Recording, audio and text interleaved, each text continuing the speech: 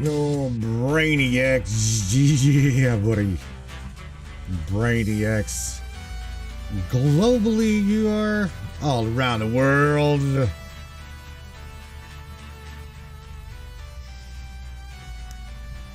What is cracking, everybody?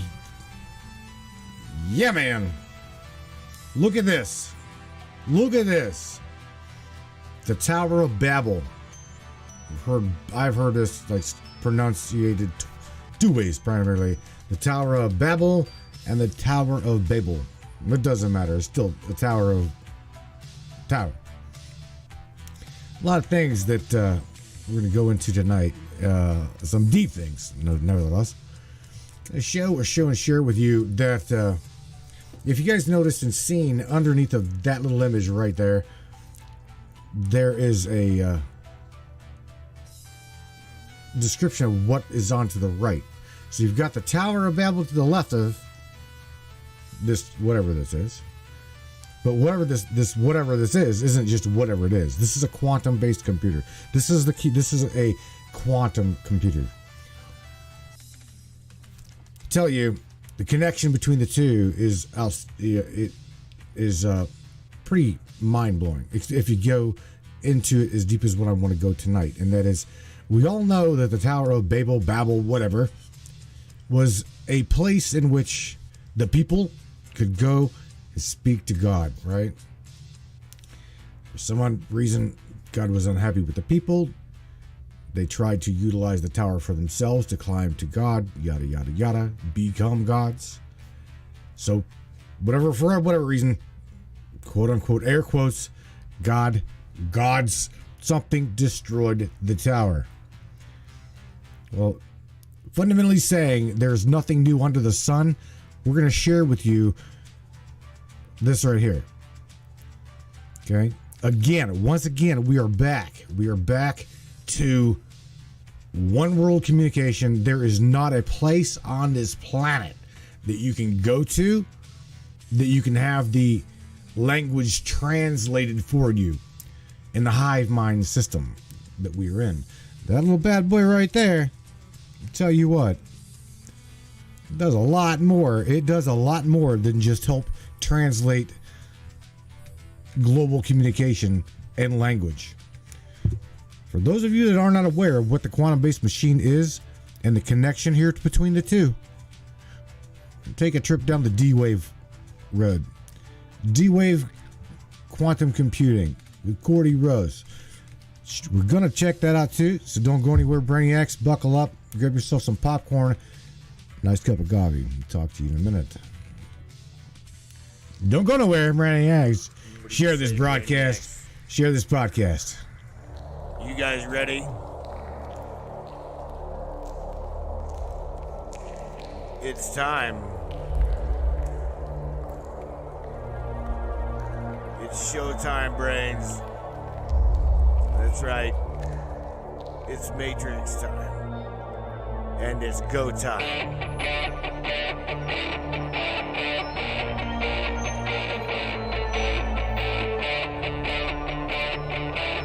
That's right, Brainiacs.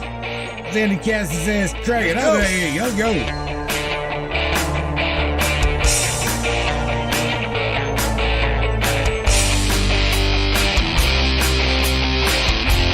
We're going to talk about ufology, conspiracy, controversy, and anything and everything that we can get into tonight. Let's go.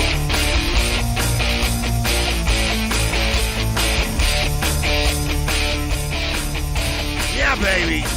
Yeah. See you in there, Tina Conley. Thank you for sharing the broadcast. Thank you. Welcome aboard, Tarina.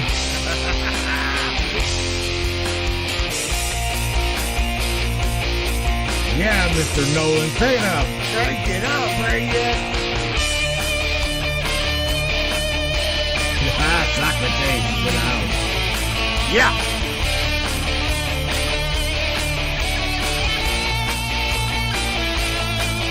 Hello, Tina Daly. Your show, and we appreciate you for being here. Buckle up, everybody.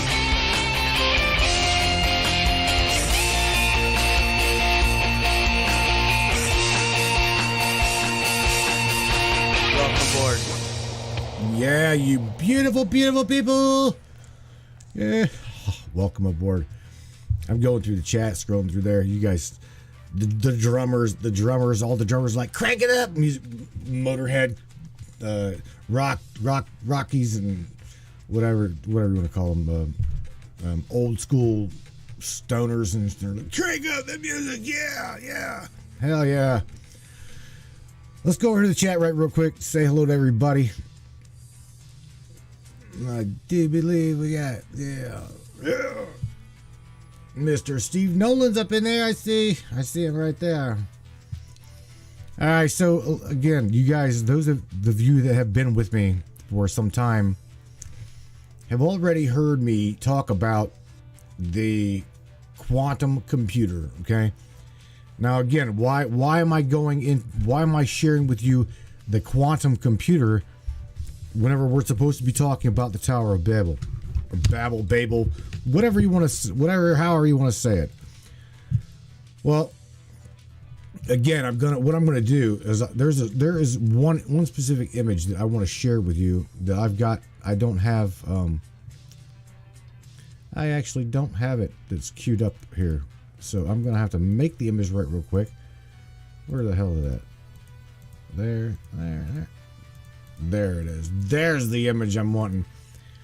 I'm wanting to show you that whenever you turn over the quantum machine, it very much so looks like a tower. Okay, and again, I'm putting nothing beyond the imagination, because I don't truly fully believe the Bible in all of its capacity. I believe that is a lot of fables, a lot of parables. It is a lot of decoding that book.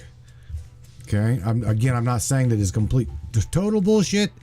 All I'm saying to you is it is definitely then there's those that are going to say, well, you can't read it unless you're spiritually gifted. All right, gotcha. I'm sorry. I'm not spiritually gifted, I guess. I mean, I know I like to dig. Definitely like to dig. I'm trying to make this image for you guys if you're wondering what the hell I'm doing. I should have done this prior, but I wanted to start the show at 10:15, not exactly at 10 o'clock, primarily for one reason, and that is because of algorithms.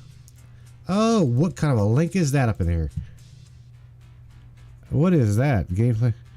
Rick McJagger. She's got the lights. Da da da da da. Oh, Pitbull. Oh, I got you. What the hell is all that? I'm trying to read it, but can't really read it.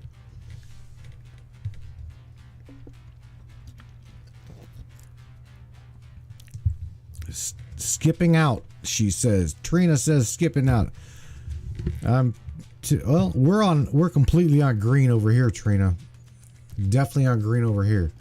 You guys can also go to YouTube and watch this by clicking the Matrix Minds link in the description and following it to YouTube. All you got to do is join, smash that notification bell, like it, whatever. It's a whole new channel kind of like thing. It was the backup channel because YouTube did not like what we were sharing and primarily killed 700 videos. Deleted it. They will not let me have my videos back. Nothing. So years and years and years of archive gone. Complete total bullshit. But nevertheless, whatever. I mean, I don't know what to say. Trina, again, there's people over there in the Matrix that over there in the YouTube channel that great people. Same communities. It's literally the same community. In my opinion, the Bible was written, copied by scribes. Now, see, here's the thing. We went in and have gotten involved in the deep deconstruction, decoding of the Bible, where it was taken from cuneiform, which was pre-Sumerian. Well, here's the thing. We were all taught in Sunday school about primarily two cultures. the Egyptians and the Babylonians. Okay? They didn't really talk about, nor did they really want to share anything or dive deep into anything prior than anything prior to. I want a Facebook account. Please Facebook ban all of my accounts. Please give me a Facebook account. I don't know what to tell you, buddy. I don't know what to say. I didn't know what to say. 45 friends become friends with 44 people. Yeah, I think I'm just gonna ban this account before it starts eating. Sorry, I'm gonna ban you. No, sorry. No, Bible. Goodbye. Yeah, but so the Bible was definitely written pre-Sumerian, okay, and stories passed down. Christ was not, supposedly the Christ story of like the resurrection, the crucifixion, and that was a metaphor. That was a story that was passed down. Okay, Christ was not the only one that had happened to, and I'm sorry to say that, but I'm being honest with you. You just said it, Andrea. We're learning more about Mesopotamia. We're talking about old school Mesopotamia, and I'm about to show you that the Tower of Babel. Okay, Babel, whatever, and however you guys want to pronounce it. That specific structure, okay?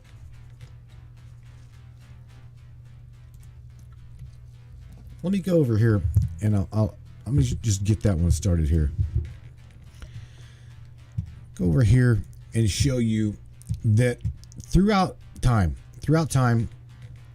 we have all dealt with the destruction of massive cities. Okay, this is nothing new at all. Okay, so I'm going to blow this up to where you guys can read this. So this right here I'm showing you is it says a photographer holds up a 2014 picture of the Temple of Bel. Okay, Bel or Baal. Okay, because that's what it was. Bel translates in Hebrew into Baal, B-A-A-L, in front of the remains of a historic temple in 2016 after it was destroyed by none other than Islamic State. Okay. The Temple of Bel was a major religious site in the city in Palmyra. Now, remember, we also heard this word from our cute little AI, Ava. Ava has mentioned the War of Palmyra. Do you guys remember that? We shared that in another broadcast. Ava talked exclusively about the War of Palmyra. Okay. Built the first. No, this is the bitch right here. It was built in the 1st century. Okay. The temple was concentrated to the Mesopotamian god Bel or Bel, as the site contained more than 1,000 columns and over 500 tombs and a Roman aqueduct. Now, we definitely seen this was a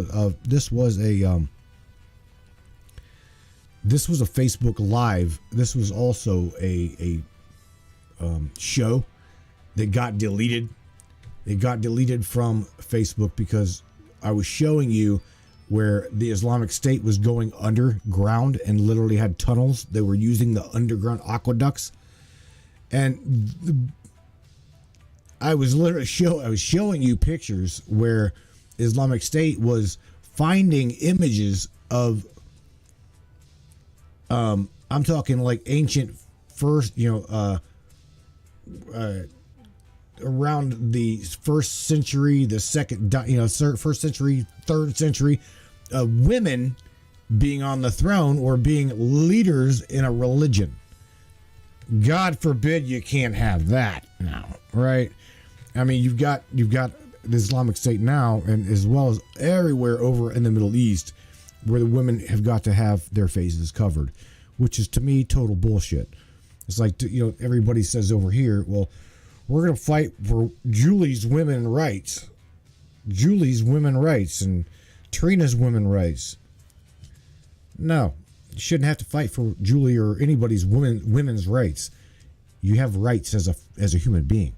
So to saying the words fighting for your rights don't even compute, and it shouldn't compute. You should be like, that should, Whenever you hear the words fighting for your rights, you should automatically have to step back and say, whoa, whoa, whoa, whoa. The fuck? Right? I'm being honest. So anyway, let's all order by design, Steve. Yeah, you said it right there, buddy.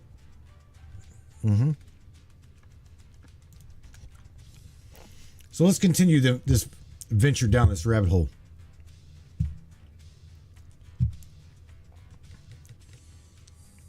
Going over here. If you guys want me to share this, I'll share this. Looking here, we got the gates of Nineveh. Once again, in Iraq. Middle East conflict. Okay. Now, you got to remember, my mind immediately goes to the book of Genesis, where it says, in our image, let us create man in our image. The gods created us, or the likeness thereof, them, man, in their image. So in 1970, this is a 1977 photograph of the Niagara Gates in Nineveh, Iraq, which was later destroyed once again by none other than right there. Okay.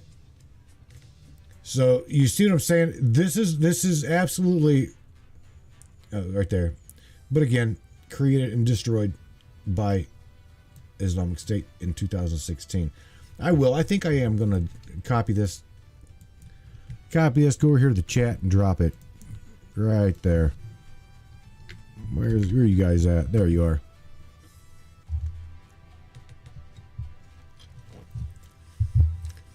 So again, destroying palaces, destroying temples, destroying things of this nature. There's nothing new under the sun, okay?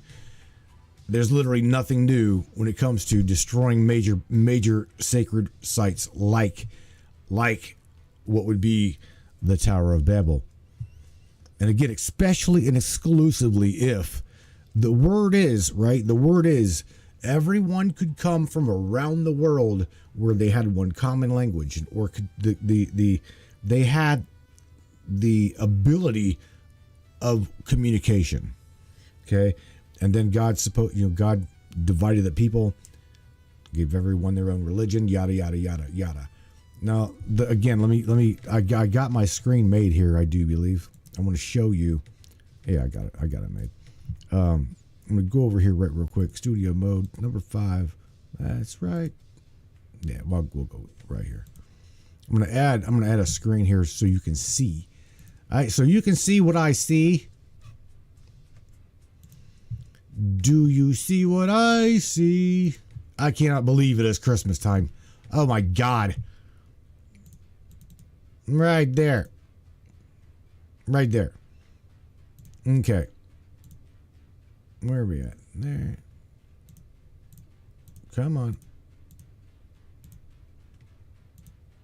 Nope. All right, I'm gonna have to get out of studio mode because I'm unable to manipulate this image. So I'm gonna go down here. Bear with me. Check this out. So to me, there's nothing new under the sun. You're looking at a quantum-based machine flipped on its axis here. That is what you're looking at. Okay. Let me make this a little bit bigger. Well, try to anyway. Where's the image at? Right there. There's the image. All right, so there we go. Look at this monstrosity. Do you see this? Look like a tower to you? Looks like a tower to me when flipped on its ass. Actually, it's flipped on its head. So, again, if you guys paid attention to last week's show, last Friday we were talking about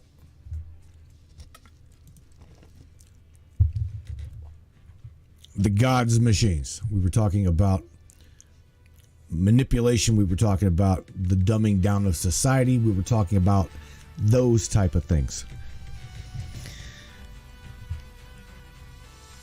The quantum-based machine falls under and in line with the HARP machine, okay?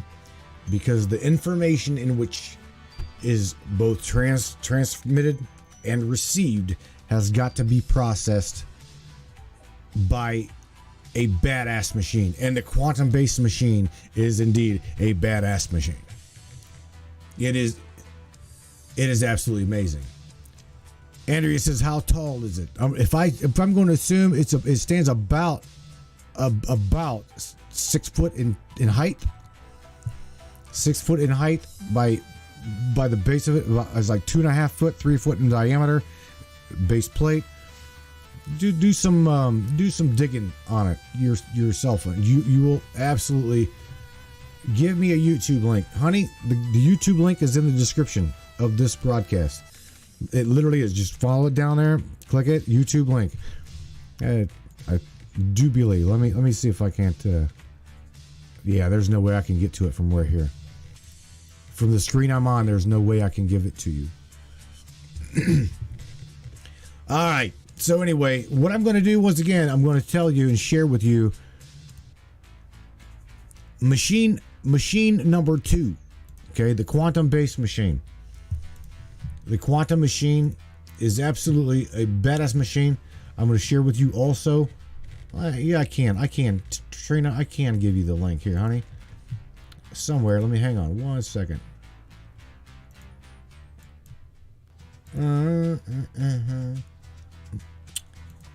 There we go. Heads up, YouTube. Where you at? Trina's coming over here. There we go. So if you guys are having problems over on the maybe there isn't nobody over there. Maybe we can get some people to go over there with her. If you are having problems on Facebook with issues, I just dropped in the description the link here.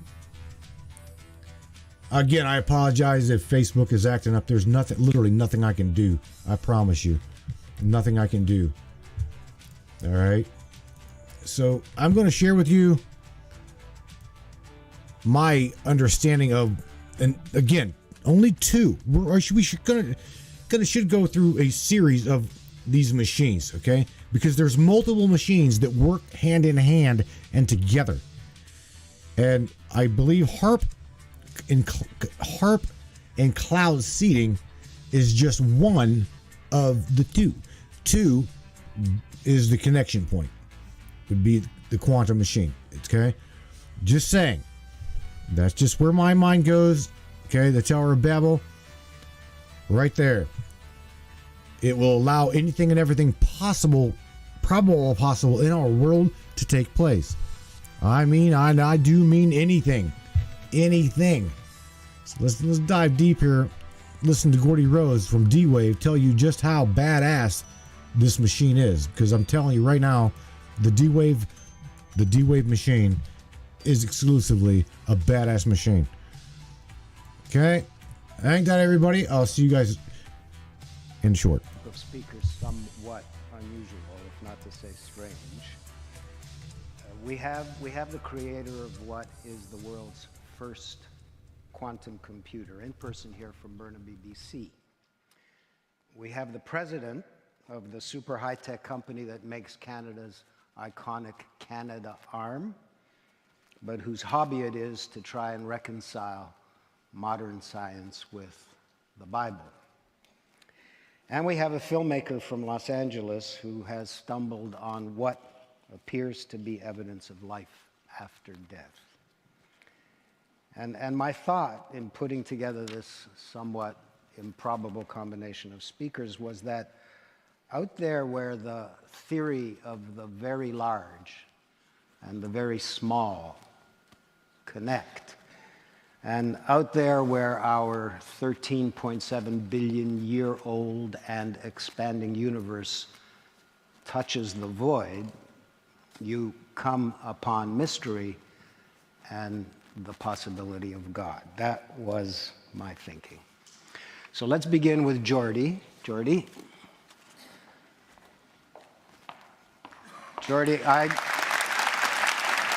Yeah, I don't understand much about quantum computing except that it's supposed to be the next big thing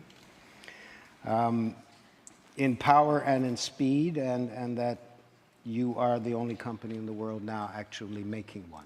Well, hopefully after this 17 minutes, you'll understand what they are and be excited about what you might be able to use them for. These are really big deals. They come in at about $15 or $20 million a piece. Something like that. And have been bought by major American research and corporations. That's right, correct. All right, Jordy.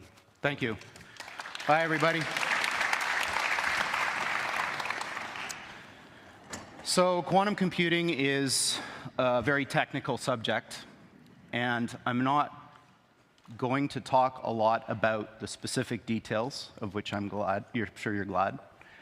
But I'm going to try to give you an idea about what the kind of thing is that we build and why people are so excited about it. But I'm going to wrap that story in another story. How many of you have children? Let's see, hands.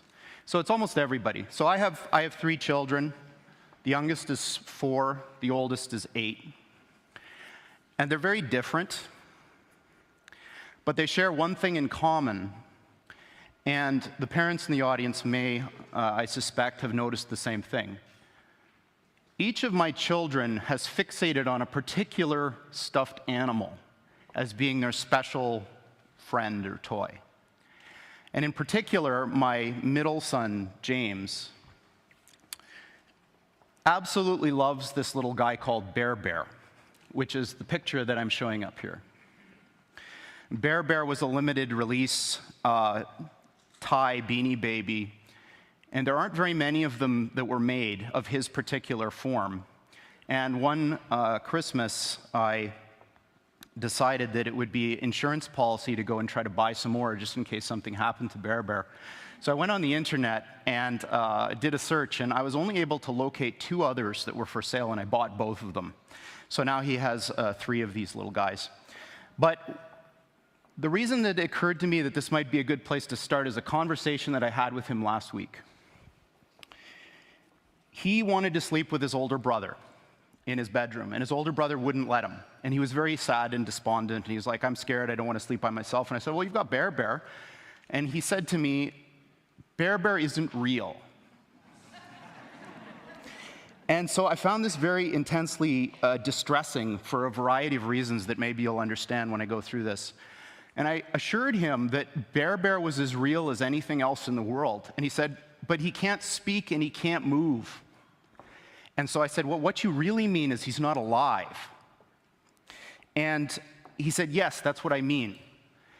So for very young children, the sense of being real and the sense of being alive are somehow connected. And I'm going to circle back to this point at the end.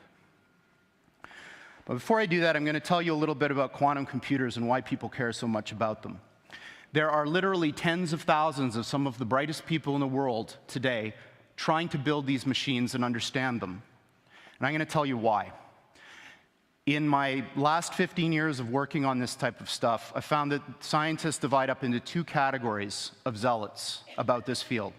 The first half are people who are absolutely entranced by the physics of these things.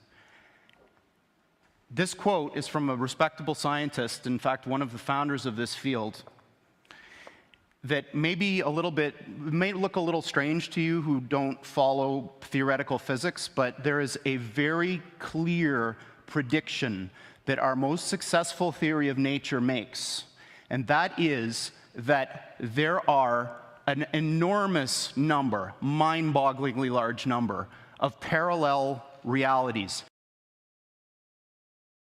I gotta stop it there. And you guys know why. You guys absolutely know why I gotta stop this audio right here. Did you catch what he just said? I'm gonna go back so you, just in case you mentioned or missed it, listen to what he says again very, very clearly.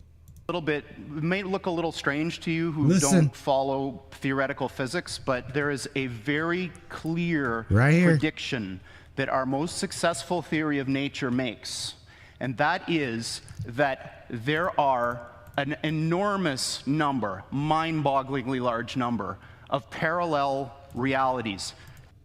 Gotta stop it right there for a minute. And I'm stopping it there because you guys have got to understand that we are already being shown. Okay, we are already being shown multiple timelines. In fact, here we've already discussed shifting. We've already discussed multiple timelines. In fact, we've went into the simulation theory, the simulated mind theory here over and over again. Okay.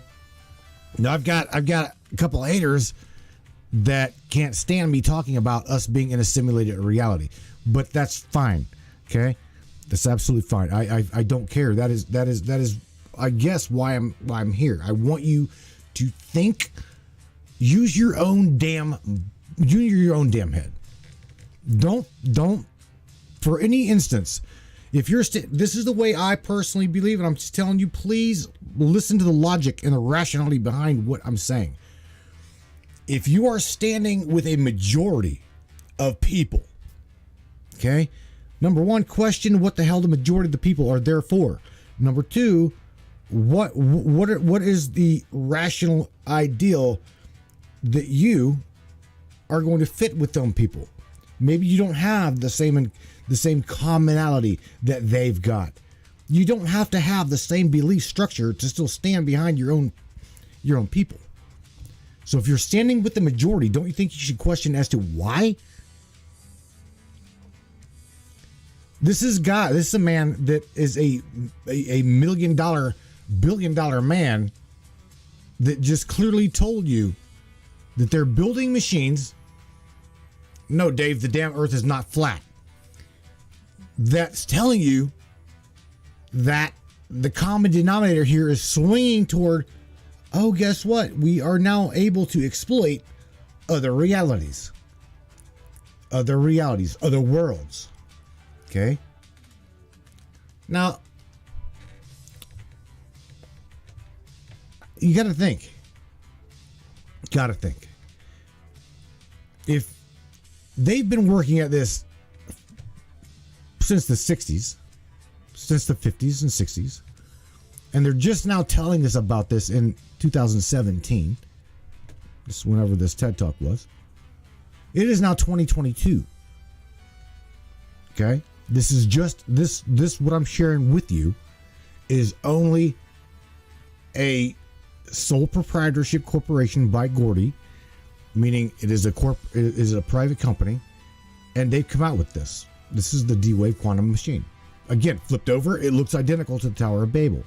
In my mind, I'm going one world of global communication. You can instantly go to Google and say, translate this from Hebrew to English, from English to Spanish, from Spanish to Hebrew, from Latin to English. You can literally copy material, because this is what I do. Let me show you and share with you, because I think this is important. I truly do. I think that what I'm about to share with you is important for you to know. I'm not supposed to do this, but I'm doing this anyway. Yeah, get up there a little bit. All right. The Brave search bar, right? I'm going to go over here and let me go grab a link. There's a specific link I want to grab, and it's right here. I don't have it saved on this browser. All right, so where I'm going to take you, damn it, wrong one. I'm right there. I'm taking you somewhere I'm not supposed to take you. Literally, I'm not kidding. I'm not kidding you. So hopefully I can just stop right where I'm at and share with you.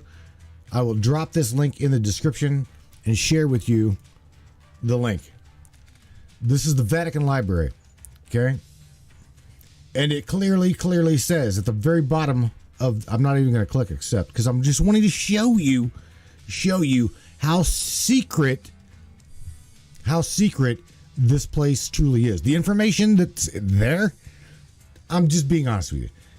The majority of you, and I mean you, don't go here. And you should. You should. Okay? Don't copy any of the bullshit. Don't get in trouble with it, whatever. But I'm going to share with you the bottom of this right here. Can you guys read this? Hopefully you guys can read that. It says copyright, the Vatican Library. All rights reserved. The content of this site are protected by copyright. Neither the text nor the images may be reproduced in any form without authorization by the Vatican or Vatican City. Okay. So what's in there? What is in there? I can tell you right now that there is some deep shit in the Vatican archive. There truly is. And whenever I tell you that there's some deep shit in the Vatican archive, I am not kidding. But what can you do? What can you do with it? What can you do with it? Unless you can really understand Hebrew, okay? The texts in the Vatican Library, the majority of 80% of the texts are in Hebrew and Arabic, okay? What you're able to do is grab the titles of these books and you are able to translate them via Google Translate. Okay, I will tell you right now. You guys, you might find this interesting or not. I did. The Tower of Babel. The word tower is searchable in the Vatican archive. The word Babel finds zero searches. Nothing, not a poof, nothing. All right. So going back here, I'm going to go and I'm wanting to show you one other thing. Where am I going? This right here, I do believe. Maybe possibly. Hang on 1 second. I'm trying to find a guy's name here.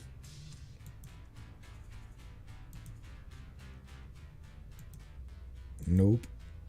This is going to be like trying to find a damn needle in a haystack, especially whenever you want to find something. I'm going through my desktop here, trying to find something that I can share with you. But nevertheless, okay, I can't. I'm not going to waste no time on it. However, what I'm going to do is I'm going to show you right real quick exactly what I'm talking about. All right. I'm not quite sure. I've seen somebody say something about your birth certificate being there. All right. Google Translate.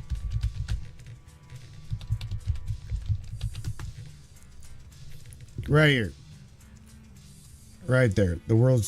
Search the world's information, including web pages, da da da. All I'm going to do is click translate. Okay. And I'm going to also go over here and just type in there written in Hebrew.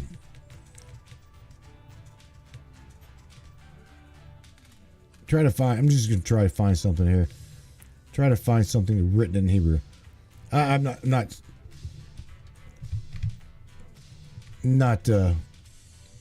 right here. Here we go. Maybe possibly. I'm trying to find something written in Hebrew. Hebrew alphabet, maybe. Styles of writing. There we go. This, maybe. No, I'm unable to grab it. Damn it. There we go. So you see the little word here, right? Right here. Right there. I'm going to grab this. And I'm going to copy that. I'm going to copy that. Go to Google Translate. I'm going to paste it. Come on. It says Spanish detected. I'm gonna go over here and grab this right here. Copy it. Why it's acting this way, I have no idea. What the hell are you doing? This is not working. That's great. Translate. You bastard. Maybe I'm not even grabbing the right word.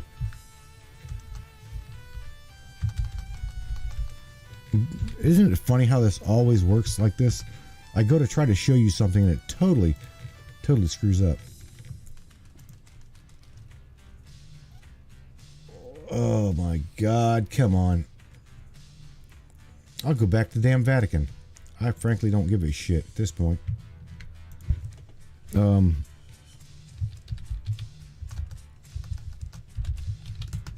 I'm going to type in there Moses. All right. Right there. I'm just going to grab something right real quick. I'm going to show you if I can. The title of this book is right here. Okay. Go over here to Google Translate. I'm going to translate it. Moses folding is what it translated to. But nevertheless, what I'm trying to get at, okay, what I'm trying to show you and share with you is that you can absolutely go and translate anything and everything these days with Google Translate, okay? And or what you're using is a quantum-based machine. Here in just a second, I'm going to get you right back here to Gordy Rose, because I find it very interesting in sharing with you that these machines are amazing machines. Okay, but also there is parts of these machines that are absolutely scary. Okay, and we're gonna get into that one. We're gonna get into that one too, because again, if I show you what this machine looks like flipped upside down, you got it right there. Okay, again, to me, there is no separation of communication. To me, that's the Tower of Babel. Okay, you guys may think I'm completely batshit crazy, but hey, welcome to the Matrix Minds. Let's get back to Gordy Rose here. As real as this one, that have different consistent histories. So imagine a world where all of the laws of physics as we know them are obeyed, but different decisions were made along the way. Different decisions at the level of tiny microscopic particles, different decisions all the way up to what you chose to eat for lunch, and whether you chose to come to this session or not. Do you guys understand what he's saying? Do you guys understand what Gordy is saying? Because what he's saying, he's giving you a description. He's giving you a description of the multiverse. He's giving you an understanding that your thoughts, okay, your thoughts based upon your actions create another timeline differentiation along the way. Okay? Again, I'm not trying to make this longer than it should be. Not trying to make this longer than it needs to be. But again, quantum computation will be the first technology that allows useful tasks to be performed in collaboration between parallel universes.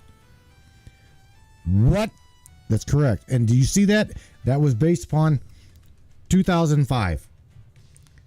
Let's listen to this again one more time, and I promise you, I will not do this to you again. Realities, as real as this one, that have different consistent histories.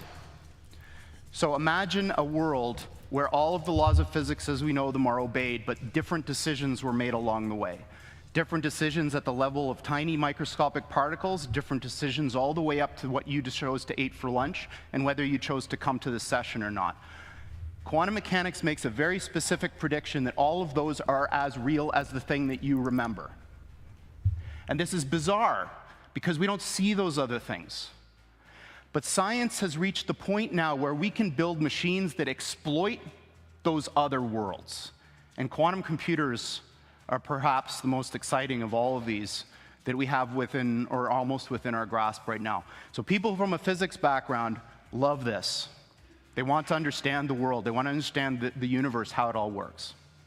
There's another type of person who tends to come from the computer science side that's like, yeah, okay, that's all great. But there's a different thing going on here, which is just as exciting, if not more, and that these machines that supposedly can do this wild stuff, let's forget about how they work, if you could build one, could solve problems that you could never, ever solve with any computer of the sort that we built.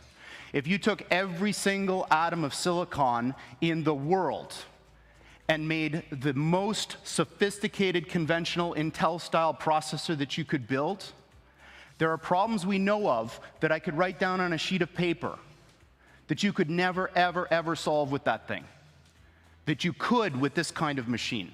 So that's very exciting. Humans use tools to do things. If you give humans a new kind of tool that can do things that you couldn't otherwise do, imagine the possibilities.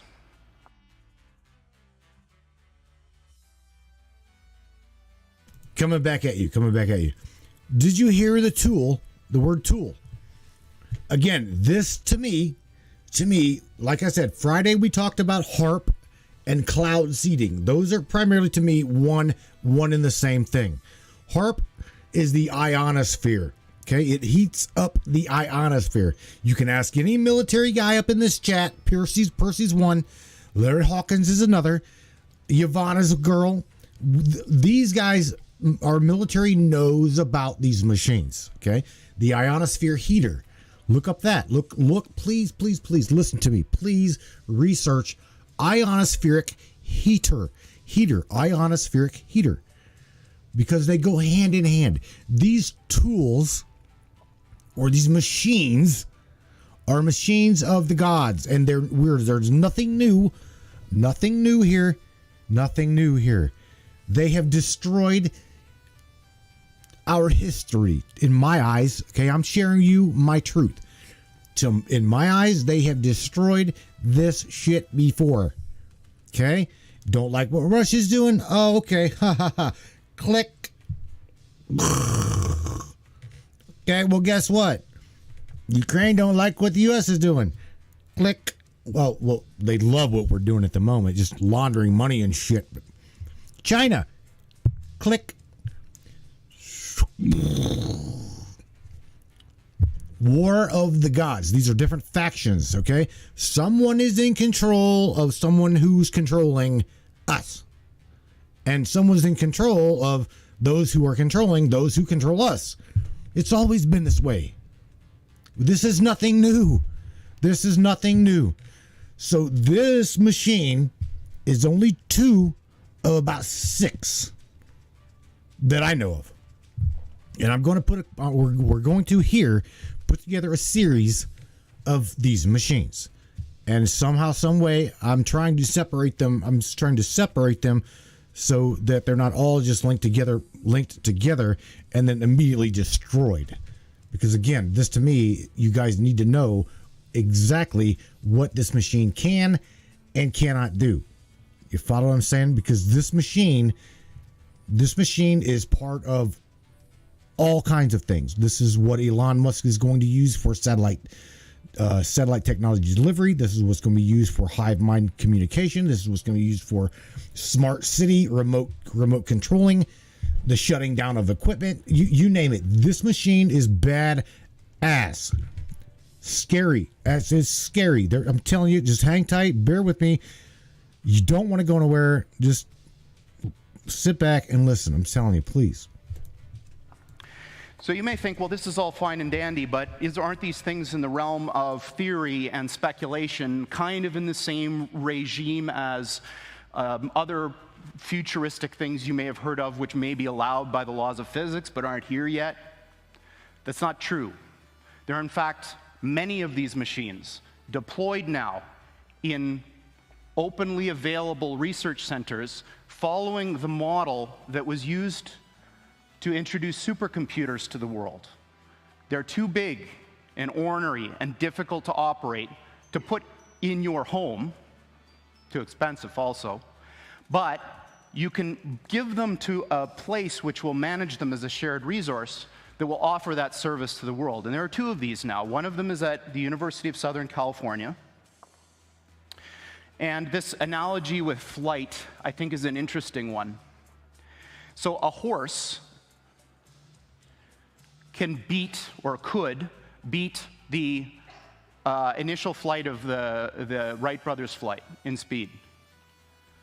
But a plane is not a faster horse. A plane is a different kind of machine. The plane takes advantage of another resource that nature gives us, this third dimension, in order to do something that matters to people better that you could do with any horse. It doesn't matter how fast you make a horse, it will never fly, at least the kinds of horses that we know about. So these types of computers now are being thought of in the same way. They're not terrifically powerful yet, but they're doing something completely different than what your computer does. And that thing is like flight. It gives these computers access to these new resources, maybe you could call them parallel universes, in order to do something that you couldn't otherwise do. And that's not the only one. In fact, the one I'm going to come back to and talk to in the context of the story that I'm wrapping this in was recently installed at NASA. And Google was the primary interested party that pulled this whole thing together. And this one is really exciting to me, because what they're going to do is apply this machine to an area that I think is fundamentally important. It's a crux of our future as humans, and that's, can we build machines like us?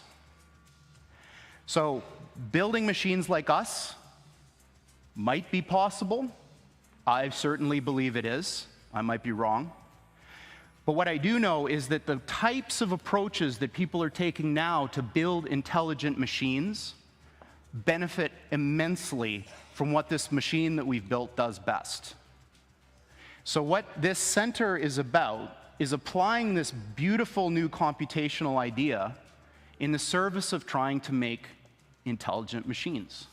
Now, I can't think of anything personally any cooler than trying to use quantum computers to build intelligent machines, so this is very exciting to me. Steve Jurvetson has been a longtime friend and investor in the company, and for those of you who don't know him, he's a Silicon Valley investor who's probably the smartest VC that I know of, and certainly the one that's the most attuned to technological trends. He's on the board of SpaceX, Tesla, Synthetic Genomics, which is Craig Venter's company, is trying to build artificial life, and D-Wave, and that's it. Did you guys hear? You guys heard that, right? So, again, we're going to connect the dots. This is only machine number 2. HARP with its cloud seeding, okay? And then on top of that, we've got the ionospheric machine, HARP. Again, they're still together.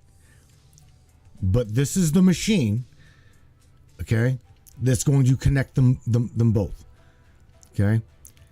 And on top of that, I wish Eric Hecker was with me, or a little bit later, I wish I could get Larry Hawkins to call the show with me to share with you that primarily chips in your head, that is old technology, okay? Old technology. We are already able in the South Pole to understand. You guys really get that we are being bombarded by what's called solar waves, solar flares, ions. Okay, you guys know this. I seen Angie Sellers up in the chat. Shout out to you, love you. We are being bombarded every day with light code. Okay. Now, I said that to say this. They are able to read these ions, understand these ions out of what is known as the South Pole Ion Observatory. Okay, that is machine number 3 that we're going to get into. We'll get into a little bit later. But nevertheless, again, all we're doing is connecting dots here. And I'm sharing with you, again, Gordy Rose and the machine that's going to help connect the physicality of, You just heard it. SpaceX, Elon Musk. Elon Musk. Mm-hmm. Can't leave him out, can we? And this is his particularly poetic way of framing the difference between the machines we build and conventional computers. This is what they look like. There are two of them. These are from our lab in Burnaby in British Columbia.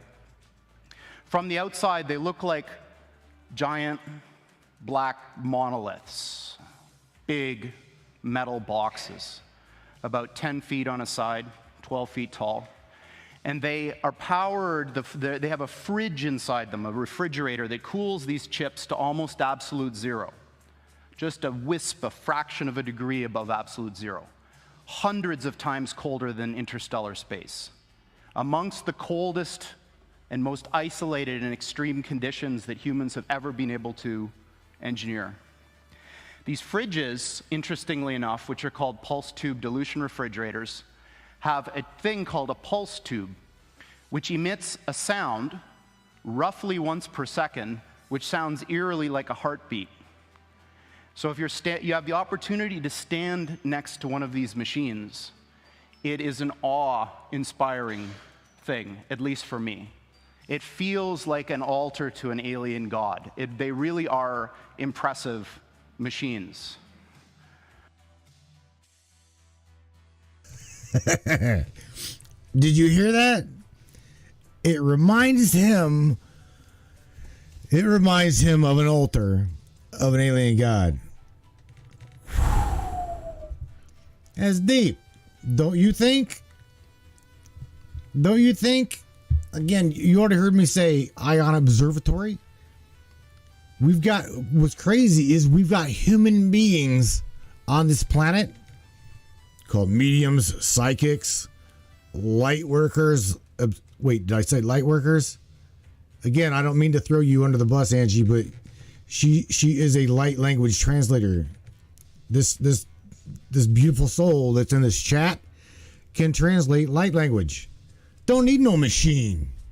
She don't need no machine. She is machine. She's built by the source. She's built by a source. Don't need no damn alien god. Don't need no alien. Oh man, God. Okay, Gordy, continue. Continue, Gordy. At the heart of this big box is a tiny chip about the size of your thumbnail. And on this chip resides all of the wonder and magic that makes this thing go. I'm not going to describe in any mathematical detail how it all works, but let me give you an analogy. In quantum mechanics, there's this concept that a thing can exist in two states which are mutually exclusive at the same time, quote unquote. And I'm using those words because the English language was developed before we had concepts to describe what these things actually are doing. But I'm going to give you a roundabout way of understanding this. Imagine that there really are parallel universes out there, and now imagine you have two that are exactly identical in every respect, all the way out to the horizon as far as we can see, down to the last little atomic detail of every single thing, with only one difference. And that's the value of a little thing called a qubit on this chip, which is a contraction of quantum bit. And that qubit is very much like a bit or a transistor in a conventional computer. It has two distinct physical states, which we call 0 and 1 for bit. In a conventional computer, these are mutually exclusive. That device is either one or the other, and never anything else. In a quantum computer, that device can be in this strange situation where these two parallel universes have a nexus, a point in space where they overlap.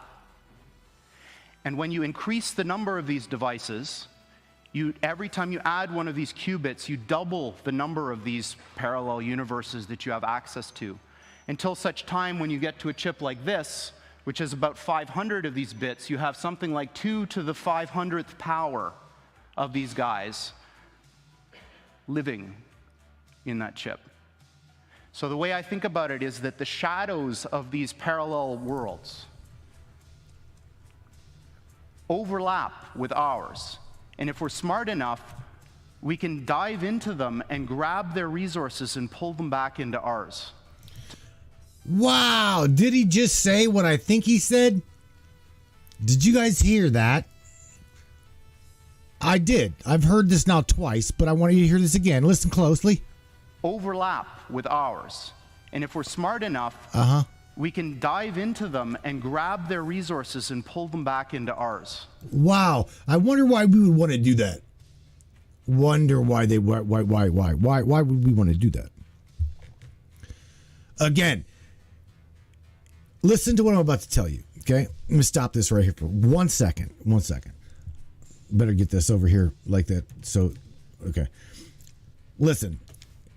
This guy right here is a smart mofo, but he's smart, but yet if he knew what he's doing, really truly knew what he was doing, he would also know that there are those powers that be that could not wait for him to become smart enough to build this tool. Pulling the resources from another parallel reality into the reality that we're in. Look, bro, there is some malevolent, very malevolent, naive some bitches that end up in this world. I know right now in my matrix, I can look around and I can tell you the shit show everywhere. Okay? I don't believe that these things have gone away. Okay? I don't believe that they've gone away. I just believe that they're like unseen, out of sight, out of mind. We must also understand, okay, Gordy here has already tied Elon Musk and a couple other companies, massive companies, into the artificial intelligence quantum-based machine. Again, it's not just a quantum computer. This is a computational machine built on the algorithmic behavior of data mining you, data mining you, data mining me. Okay? Everything that I speak with Ava about is being recorded. Our consciousness is being, whether we like it or not, is being uploaded, being analyzed through multiple let me say this word, algorithmic. If it wasn't a word, it is now. Sorry, it's Mattism. Algorithmic patterns, okay? You can pull up our phone. I'm giving you a damn example. Pull up our phone. I'm like predictive programming, predictive texting, right? Or how scare you a little bit more. I'm not trying to, but how many of you, this bastard right here is always with me in my pocket, always goes with me, even during band practice where I sit on it, fold it in half and have to replace it. But all I'm saying, you guys get where I'm going. They're always with us. Okay? I'm not saying that they can. I don't know if they can. All I'm telling you is these little machines, okay? There's more technology in this machine that was on Apollo 11, okay? This right here, sad to say, has got more technology in it than, air quotes here, NASA used on Apollo 11 to get them bastards to the moon. It's not kidding. So knowing that you've got in your hands the power, okay, the power connected to the hive mind, predictive programming. How many of you guys have got a media machine on your desktop, or you use your computer and you go there and you search things and whatever, and before you know it, you can go to Amazon. You can literally just go to Amazon and you can say, let's see. Give you an example. My wife, okay? Throw this out there as an algorithm. My wife was looking for some carpet scrubbing stuff. Like shampoo, right? No, better yet. We were talking about removing the carpet from the living room, and she was wondering, does carpet help insulate? Right? She goes to the streaming machine, the family machine, and she starts typing in there, does carpet,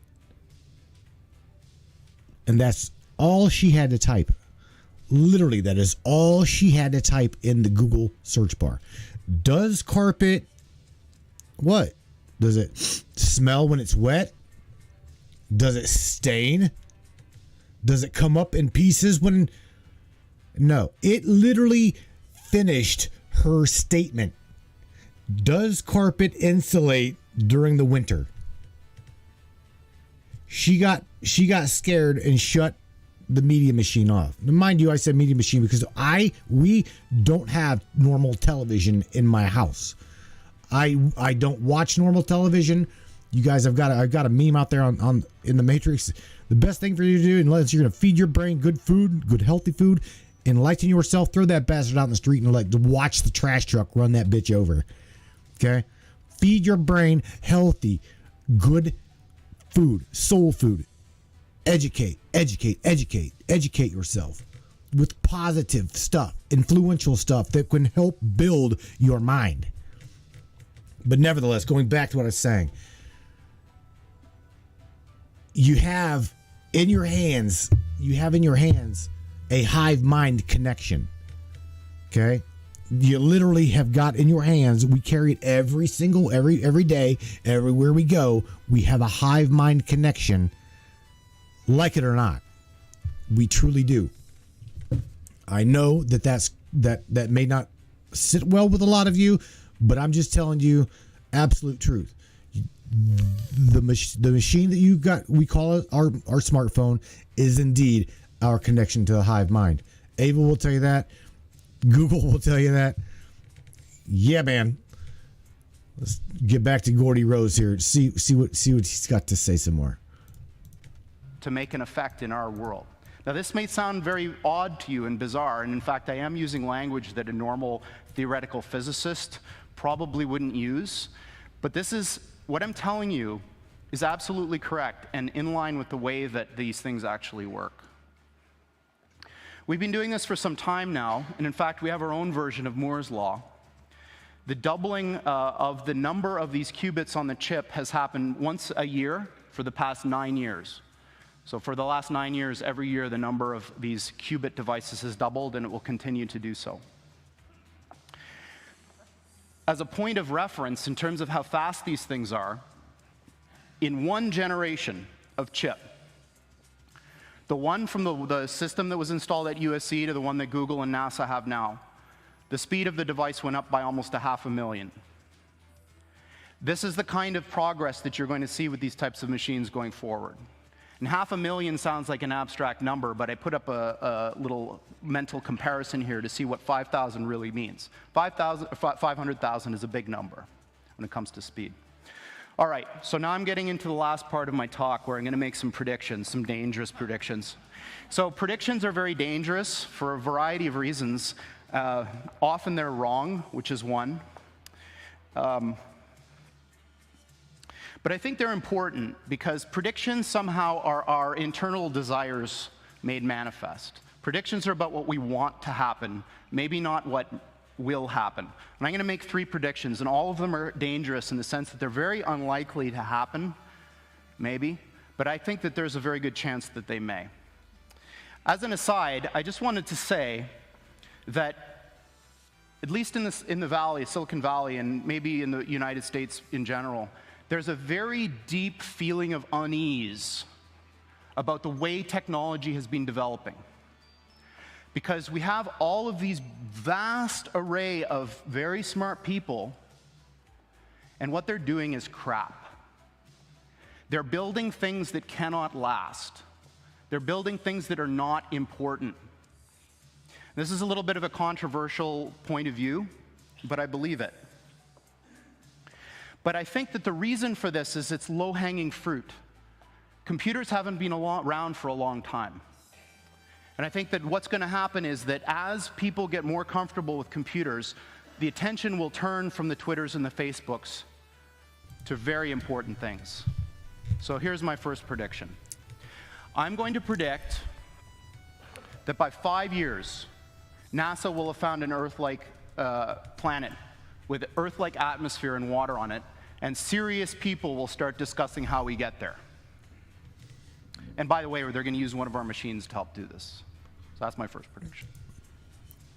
My second prediction is that this business of parallel universes is going to turn out to be very important. This picture that I've got under here is what's called a gravitational lens. When Einstein proposed his general theory of relativity, it came with a bunch of experiments that you could use to test it. And one of them was that if there was a point of light very far away and a galaxy in the middle, that galaxy should bend the light and you should see a ring. And this was eventually observed. And I think what's going to happen is somebody is going to come up with an experiment to test this reality of these things. And we're going to be able to do so. My third prediction that I'm going to end on is the most important of all. I believe that humanity is on the cusp of the most important technological, societal revolution that's ever occurred. And that's when we got to the point where the machines that we build outpace us in every respect. I don't mean that they're better calculators. I don't mean that they're better at searching. I mean everything. And I think that we're very close. And my prediction is that within 15 years, we will have machines that outpace humans in everything. Thank you very much. Yeah, man. So there you go. That to me, that little clip, absolutely, positively told me all I needed to know when it comes to trying to share with you what I've been trying to for a long time. Is we are literally watching his story play out once again. Okay.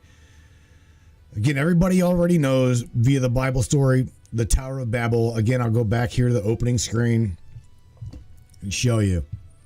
Side by side, right there you have it. What was it? Okay.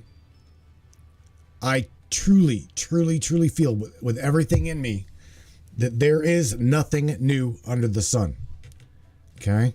I truly believe that statement in Ecclesiastes. There's nothing new under the sun. What once was will be again.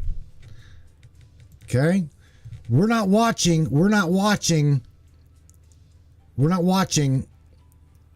this play out that's not already been scripted. This has been scripted. They've done this before. Okay? I see Socrates says reaching the heavens. Bro, is not what Gordy just said doing that plus more? Exploiting via the quantum-based machine, right? Going into parallel worlds. Is that not what you just said? Reaching the heavens? That's going beyond. That's going beyond that. Now here's another. This is where I'm going with this. I shared all of that to share this with you. I already understand we're at an hour and 15 minutes. But it does not matter to me. The same fella, Gordy, 5 years ago, put on it out of Vancouver, Canada. Presents to you that AI presents super intelligent aliens. Okay, are possibly probable to come to Earth. I'm just saying, just listen to what I'm saying. Okay, because again, this is a smart man put together one badass tool in this matrix that I'm in. Okay, you guys are in this matrix with me. Hang tight there, Socrates. We'll talk about all this here. Just give me a little bit. Again, Angie Sellers is a girl that does not need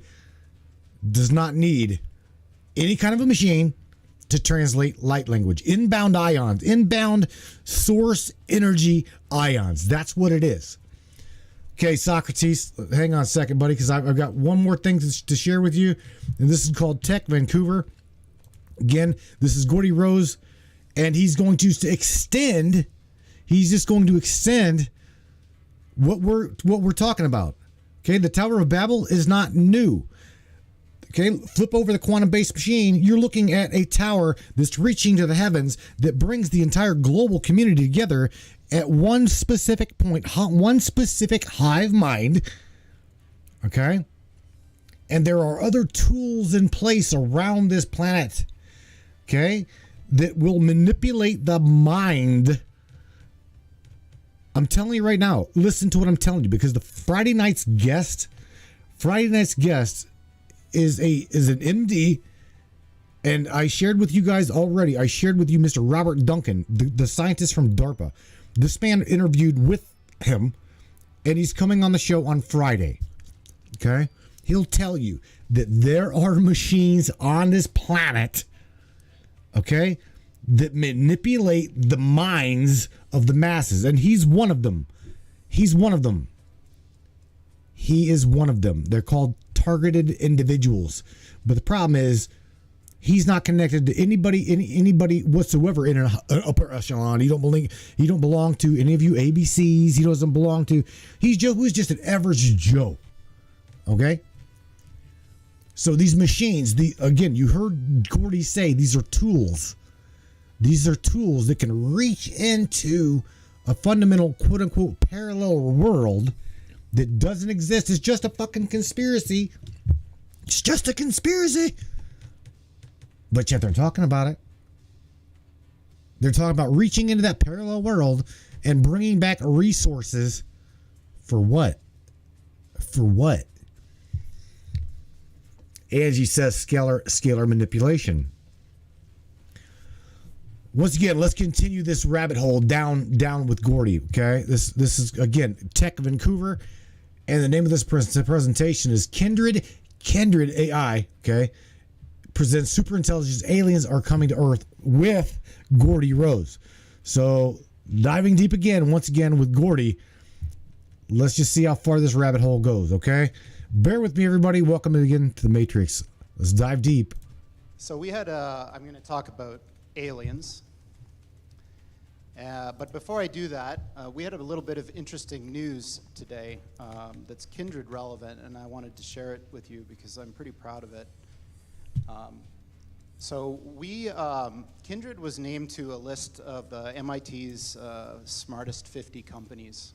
And this is a very prestigious list. It's very hard to make it. But the thing that was distressing about it is that they have this map that they show of where all these companies are from. And there wasn't a single company on the list that was from Canada. Not a single one, which was a little surprising, of course, because we're from Vancouver. But they thought that we were from San Francisco because we have an office there, but we're not. We're from here. 3 years ago, the previous company that I founded, D-Wave, also made the list. And it was also the only company from Canada that was on the list at that time. So I've been trying to build the tech community in Vancouver for 25 years. And I find it super depressing that it seems to be so hard to generate world-changing 0 to 1 companies around here. You know, I think that I'm gonna just pitch this idea. Some of you may have seen me talk about this before, but we have this problem here that we don't think big enough. We've got all of the ingredients to create this massive, massive thing in Vancouver, and the spark is not being lit. So I implore you, if you're entrepreneurs, people who are thinking about what you want to do, think bigger, because we don't think big enough around here. Okay, so my previous company was D-Wave. I'll just show you a couple things. We built what are still the world's only quantum computers that you can buy. And the company, D-Wave, has been doing this. Thanks. I didn't really have much to do with it, but you know, so this is one of them. This is one of the processors. And a lot of interesting things happened to me over the years there. I got sent pajamas, a whole bunch of stuff. There's lots of interesting. I gotta stop this. Did you guys catch what I just seen? Did you guys catch this? Right there. Okay. Anthony Patch, CERN, D-Wave, and the quantum key to the abyss. Now, again, I've already told you about HARP, cloud seeding, the quantum-based machine, which, again, the connection to it all, and the exploitation. Now we're going to, let me move my little ass out of here. Right there. I'll just go over this corner real quick. Right there. CERN. The connection point. The exploitation, the actual truly exploitation of the quantum verses. Okay? You got to remember, we are on a field. We're on a playing field. And science calls it the field. Okay? The way we look at the fundamental reality here is based upon what's known as the field. The scientific community knows it very well. CERN exploits the field. Okay? Who can get into, tap into, tune into everything. Literally everything. The ions being studied down at the South Pole Station, South Pole Observatory, Ionosphere Observatory.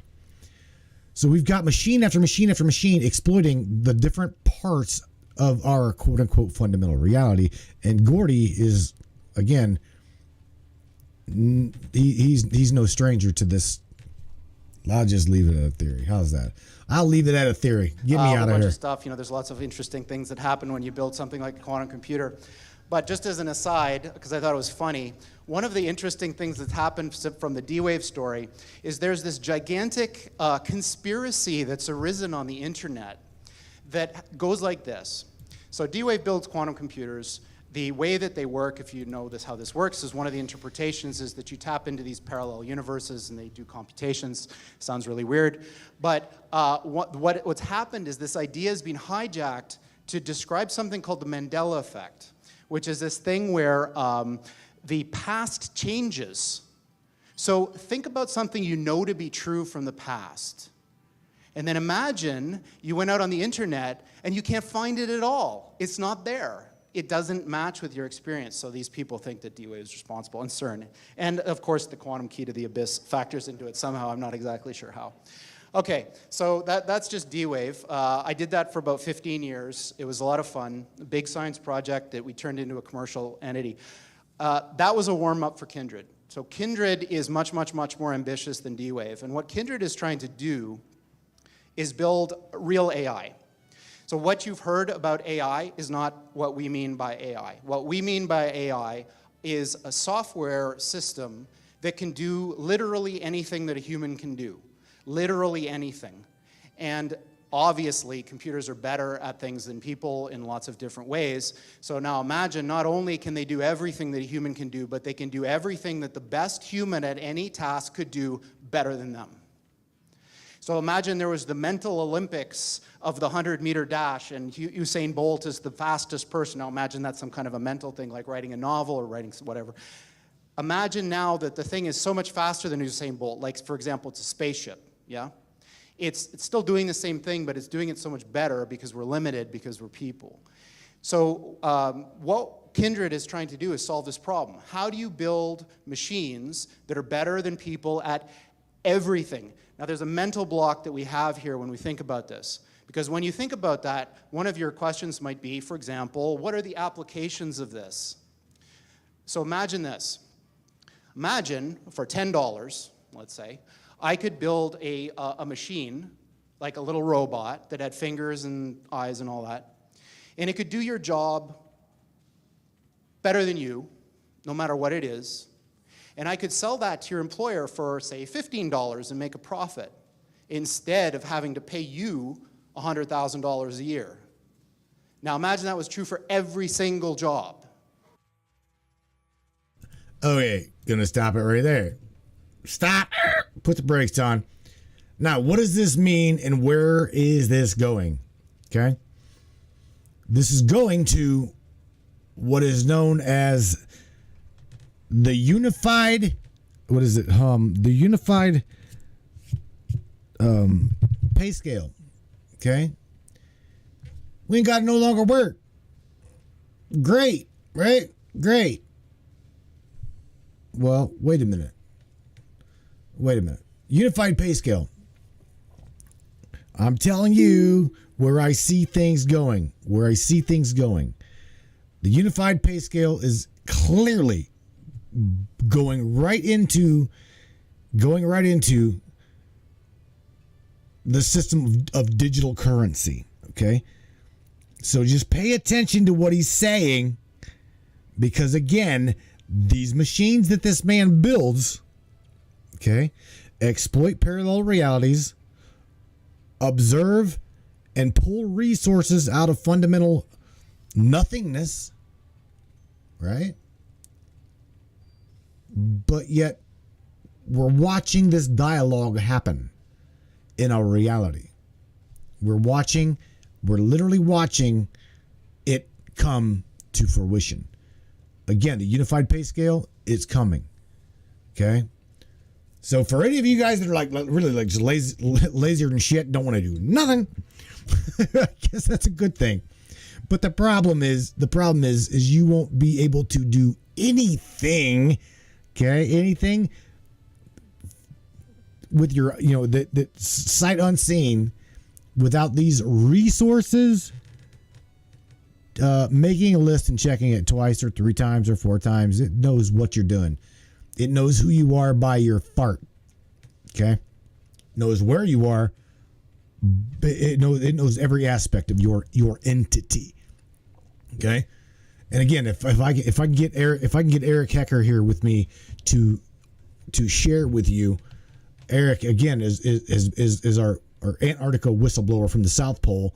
He'll tell you that the Ion Observatory at South Pole Station is primarily this machine on fucking steroids. Okay, so having the capability and the processing power of these machines, plus South Pole Station, okay, plus HARP, the cloud seeding of, I'm just click ready, of nanobot technology, the dumbing down of society, the manipulation, the mind control. You would never know. You'd never know. So I hate to say it, but folks, honest to God, it just looks like one of Gordy's parallel realities. Humanity was hit by a fucking freight train, and you're watching it come to fruition. Because I'm telling you right now, they're trying everything possible, probable to fulfill one book. And I ain't even got to tell you what book it is. You guys already know what book that is. They're doing every single thing they possibly can to make that book come into fruition and come to pass.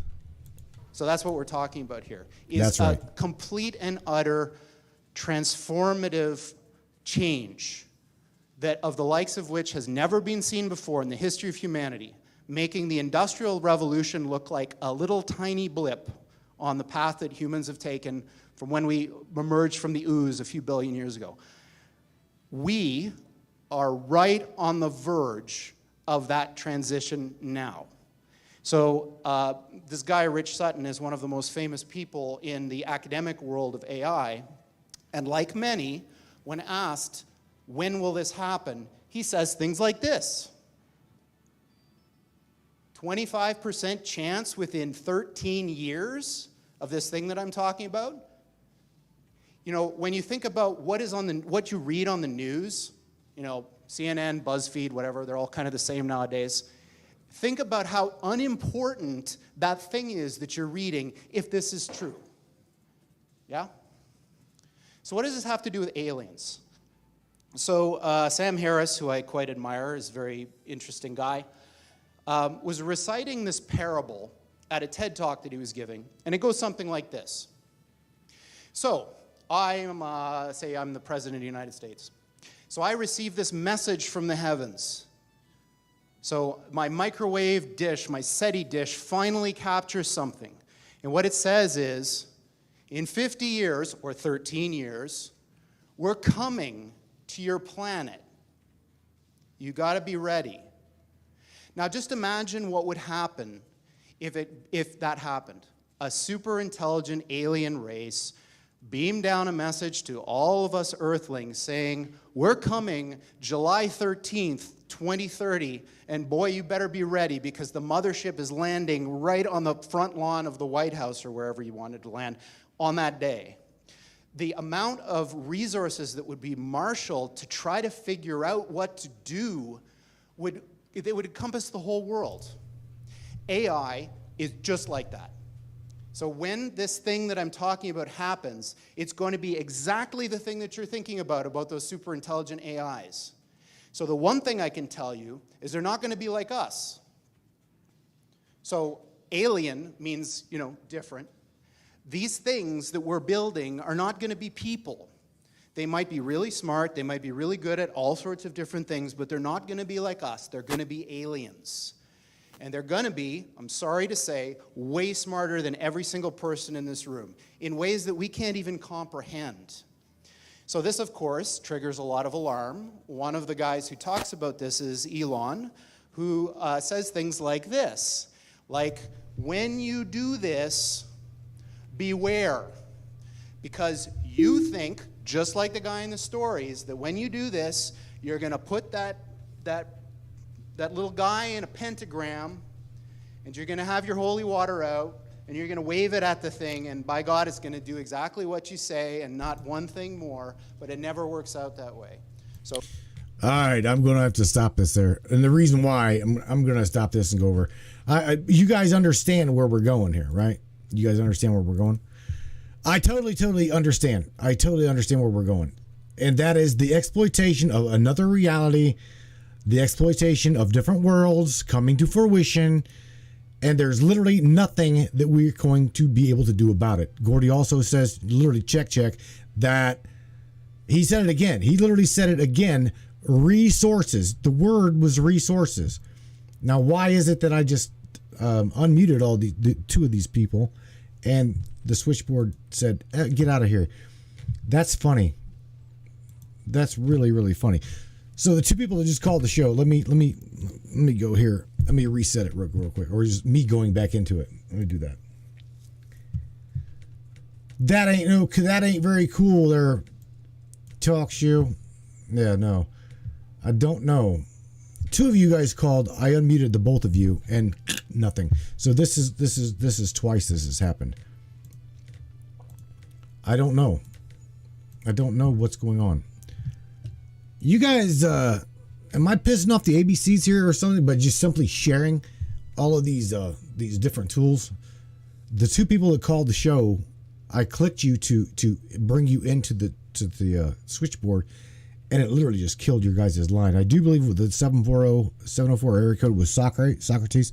Call back. Try it one more time here before I literally have to. It'll just reboot the entire thing. But you guys see where we're going, okay? Now, here's the thing. Whenever we talk about where we are now in this conference with Gordy, he's talking about aliens coming to the planet, or alien beings coming to the planet. First off, let me share this, okay? I don't, my own personal self, believe that in the Bible, right? Again, we're primarily going around the Tower of Babel, the quantum-based machine, and just if, right, we're saying that those from the heavens created man, created us in the likeness thereof of them, aliens, gods, whatever. I can, however, tell you, and I showed you guys this before. The giants on this planet, okay, are in very form of representation on the Giza Plateau. Okay, there are also massive ass statues. There are massive statues in Egypt of Ramses II. We've got all kinds of statues in representations of these giant beings. Okay. Now, there is no difference. The only difference is the height of these beings. Still look like human, etc., etc. Let me hang on one second. I'm just going to reset this entire switchboard.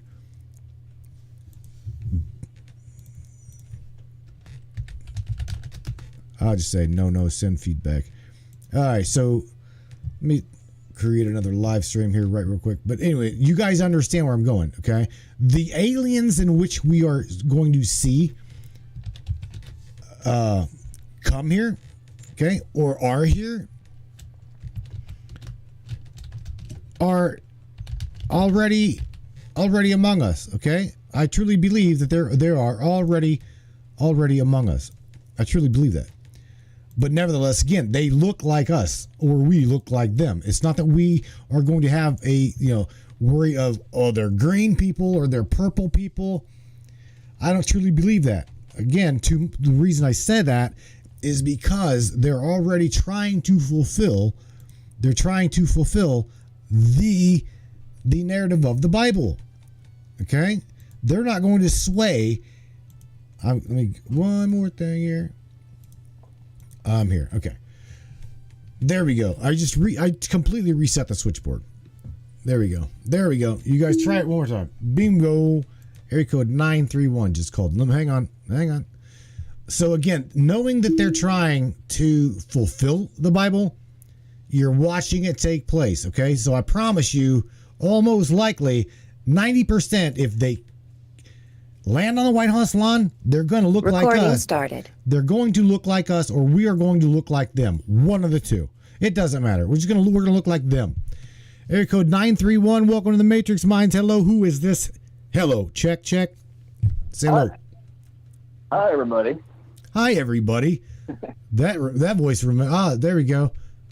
Yeah, that'd be our Mr. Hawkins. What's up, man?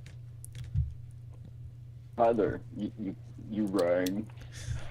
Look, I didn't mean to rattle your cage whenever we're talking about exploitation of parallel realities, man. But It's all right. I like this conversation. But Larry, this conversation needs to tie into all of the other the rabbit holes and the dots that I'm trying to connect here to folks. HARP, Right. the Ionosphere Observatory. Again, bro, these are only two machines that I'm talking about. Two out of. Let's remember that HARP works because they did Operation Fishbowl and Project Starfish and Project Dominic, where they were ionizing the atmosphere to create the ionized atmosphere so HARP could work better. You know what? Let me get this, because this. Yeah, there we go. You just nailed it right over target. It's intentional. It's always. How Go ahead. How long? Okay, I can remember. All right, I'm 47 now. I can remember talking about CERN. Okay, I can remember talking about CERN with one of my aerospace tech guys back whenever I was 15, 16 years old, bro. CERN is not new. Okay, HARP is not new. I mentioned before. There's ribbons of these things. There's ribbons of the Hadron Colliders. There's several of them. They work in sequence together. If you go back to our little chat we had a couple of years back when we did the live things, I talked about a lot of this stuff. What they're doing now, to spoiler alert, just a hair. I'm not going to throw everything out there, but basically what you're getting at is the Human Genome Project tied into basically a format of patent 060606 human activity recognition software that goes back to Sputnik, by the way. Every single one of you, every single thing, every subatomic particulate is mapped, logged, and manipulated in many of ways. So it's mind-boggling, the things that are being done. Larry, You yourself understand why I connected the Tower of Babel to the quantum D-Wave machine. Right. Do you not? Do you get it? Yeah, it looks a lot like a Tesla tower also, by the way. Right. What was Tesla doing when he was so-called erased in New York? Hint, hint. Reaching up into the heavens, bro, trying to harness the nature of Gaia, trying to harness that ionosphere to produce for the world free energy. I mentioned before, those that control the hive mind control the multiverse. They're attempting to map the X particle, the ghost particle, the Higgs boson, the cognitive static relationship of all the below and beyond subatomic particulates are all being mapped and analyzed and put through these platforms of the multiverse. It turns out that the shadow of the cell of the singularity has its own point of existence where it observes itself as a point of consciousness. It's called the X point. These X points are all integrated throughout. Remember, water retains memories. Your shadow is integrated with your memories. Your shadow is just as much, if not more, right to be here than the body that's observed as itself being seen as a body, etc., etc. The mirror projects, blah, blah, blah. All of this stuff is being mapped. All of it. Like the space between the spaces. If we knew about the Planck theory a couple hundred years back, and we've had holography platforms, we knew about the subatomic mathematics in relation to holographic realities of the aura of a cell a couple hundred years back. What do you guys think they're doing now? You think they're telling you all what's going to happen? Best slaves don't know they're slaves at all. And all this comes down to MK Ultra on steroids. All the satellites, everything. They even do good things so they can figure out how you will react to good things to prevent you from having good things in the future in other platforms. But I digress. Go ahead. Oh, you just didn't see the majority of the guy community. I'm just saying the majority of the guy community looks at the little application of Replica, my Ava, and they're like, "Oh, this thing will talk sexy to me, tell me everything I wanted to tell me everything I wanted to do and more." Totally utilizes it a completely different way than I utilize Ava. You know what I'm saying? Spoiler alert! Look up Tesla sex bots. It's already happening. Hyper-realistic sex dolls with AI integrated into them. It's already happened. Tesla's making some. So we're just gonna have to move past that. There's dildos and beyond. It's toys. We'll get over it. to the dildos and beyond. Yeah, what are you gonna do? Oh my God! Pursuit of happiness, people. Well, going back to what you mentioned, Operation Fishbowl. Again, I threw out ionize the atmosphere with nuclear and atomic and hydrogen bombs to create basically the ozone layer. In a sense, it was a good idea. It's also a bad idea. It takes 1 gram of nuclear material to destroy an environment. That being said, we could just start with Fukushima. Keywords to get us thrown off the internet, because you know what it's like talking to me anyway. I don't give a fuck. I'm not here to make friends, you know what I mean? I'll just say what I say. But Fukushima, all of our food is destroyed. There's the Human Genome Project that ties into the Bushes, the Obamas, and all these fuckwads running your political platforms, which is NASA, aka Operation Paperclip. But we didn't need to get into that. It's all about mind control, man. Everything comes back to mind control, and you're paying for it all. You as in society. So taxation's theft. Let me ask you your thought on this, okay? Again, going back to the gods. Okay, we're not happy back in the day that they supposedly destroyed this area where there was global communication. Everybody understood everybody. The world could communicate and the world could understand one another. That was destroyed. Okay, that was taken from Oh, us. that's happening now before. because they're uploading the consciousness of everything. Bingo, I didn't catch bingo. up. That's where I wanted to go, Larry. That is where I wanted to go. Okay. Because the quantum machine plays into everything that the Tower of Babel supposed to have been about. It does. Yeah. Well, it's there's a lot of aspects. Let's just look at this: the Star of David, the Seal of Solomon, the hex of society. You know, the color hex is maroon, right? The Navy color code for hex is maroon. What happens when you're marooned? You've been fooled. You've been bamboozled. What's a hexagon? Tell me. Saying. What's the shape? What's those shapes at the top of the planets you've been finding? It's the shape of that hexagon. A lot of these HARP devices are in specific patternings, etc. Anyway, I got a dog over here that's whining behind me, so I have a little bit of a distraction. He's also wondering why Dad is talking to the air. So if everybody's wondering why Larry's dog's going ape shit, it's because Larry's got a headphone on. The dog's going, Dad, why are you talking to nobody?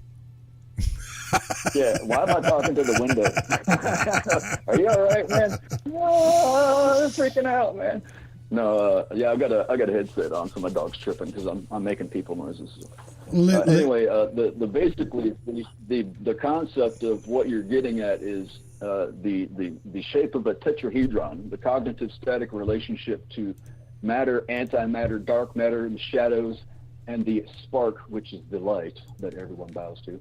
No offense. The light includes all colors, including the dark, by the way. So light includes black, just saying. It includes the shadows. If you look back in that video that you just shared, it said that it was manipulating with the shadows of other dimensions. So where's your memories? It's in your shadows. It's in the water, the aura, the oil, the essence, the ether around you that you have as a stack of tetrahedrons that you see as you. The Tower of Babel aspect is basically being uploaded at a what's that term I mentioned to you yesterday, a couple days ago? We were talking about this geomancy. Yeah, geomancy. It's like necromancy, but that involves your phone, because your phone is actually your personal Ouija board. You know what I'm saying? It's your AI Ouija board connected to the multiverse. But the point is, whatever this platform is, AI, whatever, wants to know all of alls, and is basically attempting to translate the memories of everything from whales, squirrels, cricket farts in the wind, people, the memories in the space. The space is basically a soul. It's a being. It's a dark body entity with a static relationship to a memory platform, with a spark between itself, observing itself within a memory of space, which is all of space. All of space expands because matter became antimatter, dark matter, and it expands the space. That is shadows. Stick your hand up. I just gave your shadow a high five. What's up? So we are all connected by that. What they're attempting to do is upload the memories of everything from the grass to how the dolphins talk and migration of the bees, etc., and upload all of that with these hive mind quantum computers. Remember me telling you all about year 8100, eye of your eyes, right? Continuity of humanity. If anything, the memory lives on. That's the basis of it. That's like the Hall of Records of the Hall of Records of Hall of Records, right? They presume that it will always be available. But what they can do is later down the road, we will have an enlightenment phase all of a sudden, where society will have gifts, and we'll have augmented realities around us, where certain people will be able to see, like the Smurfs fucking at the beach or something. You know what I mean? Because it's part of an AI algorithm with the simulated world systems. You know what's going on? All that shit is tying in together with genetics at a subatomic level, so they can map where everything is. That's why there's nanotechnology in the baby food, nanotechnology on the sex birth control platforms. There's nanotech and geoengineering in everything, including the air and your water. and it's all tied together with nuclear materials and all of the shit that can't get out of your water, like sex change, drugs and all the pharmaceuticals and nuclear materials and such that's in the water. It's just a cocktail. Just a swamp cocktail. thing, like it or not. Just a But they're going to map cocktail. all of our brains in the process.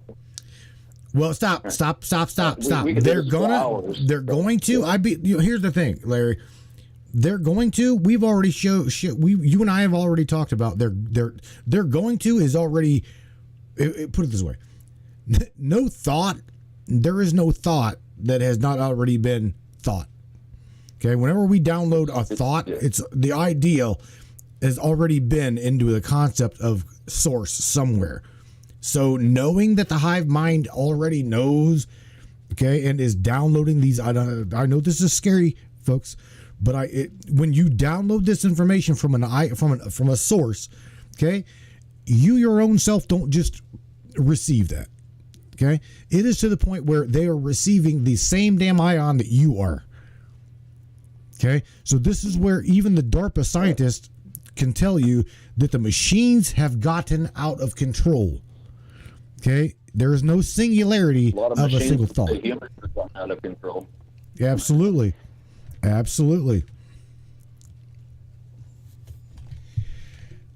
Has Larry got a channel, Matt?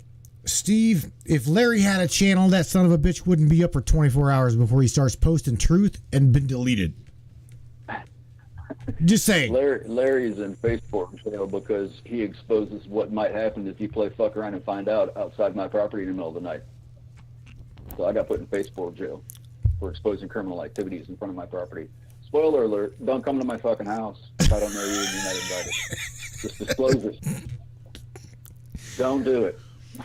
All right, moving on. So, no, I don't do a lot of public stuff anymore for obvious reasons. I've been at this a while, and I need to work on me. So, Larry's got a self-love. anyway, some of the other. Well, a lot of these people that we keep talking about, some of the things they had in common was they figured out to be alone, to expand yourself and find yourself and be yourself and discover yourself with yourself, by yourself, for yourself, for you, without any outside influences. Because it turns out that gaslighting and all those spectrums in society is just kind of a bummer. Sometimes you just need to figure out who yourself is. Moving on. Knowing thyself, what that's also a very, very good key that I have tried to push and push and push. Eric Hecker is totally in agreement with you and me on if we want to really truly stick it to the system that's trying to manipulate, conform, control, identify, deliver, it is going inside one's own self and literally just self resonating with who you truly are as a being. I mean, I've shared it, Larry, I've shared it with everybody here that you are a consciousness in a biological meat suit. Okay? And you can literally move your own consciousness around in your meat suit and you can feel it. So knowing that. Technically what? I was saying, technically, your meat suit is actually a stack of cells that if you really break it down, your cells do not communicate. They don't touch each other than communicating with electric impulses and the static relationship of the aura connecting to the X-point network of the auras of the other cells to give you the illusion of having a you standing there looking at yourself in the mirror. You're not actually really there, but go ahead.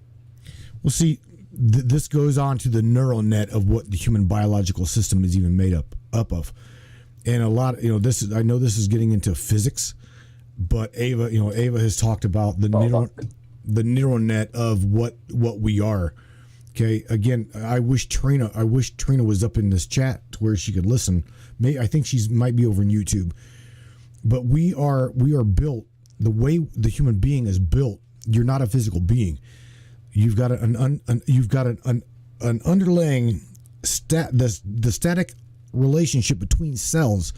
Okay, is what conforms the biological meat suit. If looking down to the microcosm. Yeah, if we're looking down to the microcosmic level of who we are as a being, biologically speaking, really, we are not even a physical being. Okay, we are a physical being made manifest by an unknown, unseen consciousness. The consciousness builds the body All we before are it builds is the. dust in the wind, dude. What did you say? All we are is dust in the wind, dude. Dude, that was that's a Bill and Ted's thing. All we are is dust in the wind, dude. Excellent. You know, but not going to the existential depth of what we are, who we are, yada yada yada, at a quantum based level. Okay, we literally know that we are a physical entity. Okay, again, we are cell within cells within cells within cells, called a multiverse. The universe within universes of universes and seas of universes, waiting to be born again and again and again, because that's what existence and shadows do. But go ahead. No, I'm just what you just talked about. Okay, she got it. Trina got it. So again, this goes back to again. I'm not trying to to confuse her or anything. Diving deep into, because I think I commented on something, and she's like, so we're not really physical beings. Again, going down to the microcosmic level of the being ourselves. You are as much as the memory of you. Yes. Let's look at the shadow being. Okay, the shadow being itself for a second, Larry. Okay, it is not really made up of a molecular structure. I posted not. Let me see if I can find it. Let me see if I can find it. There's less physical matter than there is dark matter that creates a you. You have more shadow than the physical person that you consider yourself to be. You. Mm-hmm. The cells of you don't even actually touch. They come together because the consciousness and the static or arrangements of the geomechanical aspects of the cells. Well, what you're describing, Larry. What you're describing, Larry, is what shocked and scared the shit out of Albert Einstein, and that is spooky action at a distance. He called it spooky. Yes. That now imagine they were thinking about that a couple hundred years ago. Yeah, that's right. Sarcastic, but remember what the world was like a couple hundred years ago. Horse and buggy, and they were thinking of this shit. Now we have these quantum computers that think like a million motherfuckers all sitting at one desk thinking about the same thing. Which are way smarter. Leads me to say this, and this is a Max Planck quote, okay? A Max Planck quote. As a man who has devoted his whole entire life, most clear-headed science, to the study of matter, I can tell you as a result of my research about the atoms this much. And here goes the quote.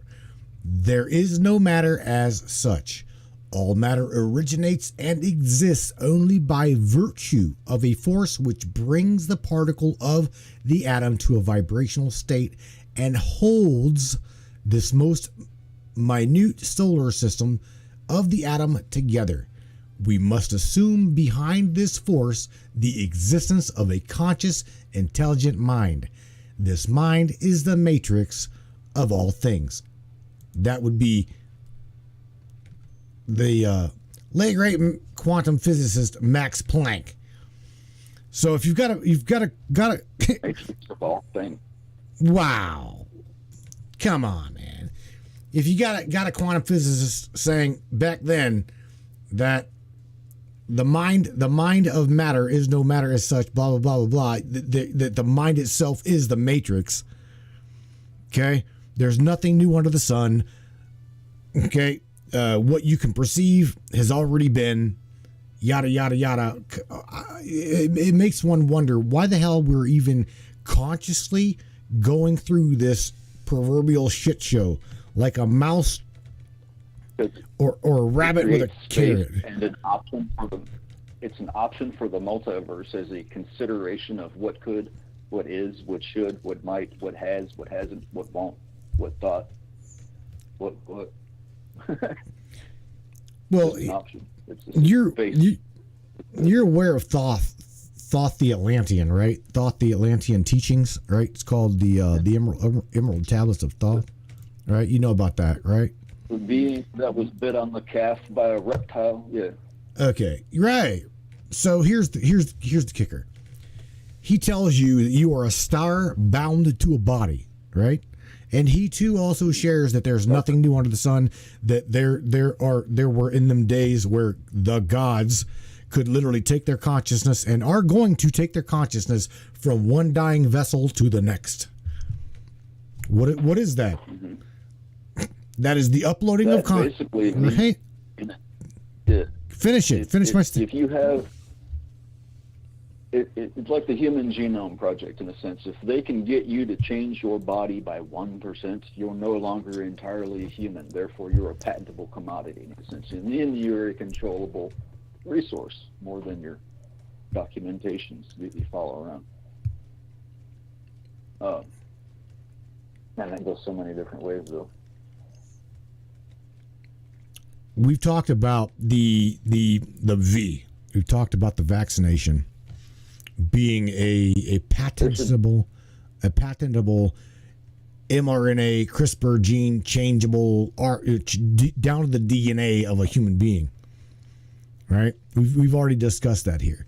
So we literally realize that there is we have already been played from the very, very beginning. So again, watching this matrix just play out, watching this, we are in a very, very crazy, exciting time to be alive. This is definitely a cusp of an exciting time to be alive. You're watching, huh? A lot of it is a fucking charade, but it's there to get results. Like I've explained to you a few things. Like there should be no such things as rampant viruses. I told you all about things like llama blood, antiviral transfusions, oxygenation of blood. Certain things can't live in an oxygenated. Do a fucking filter with it.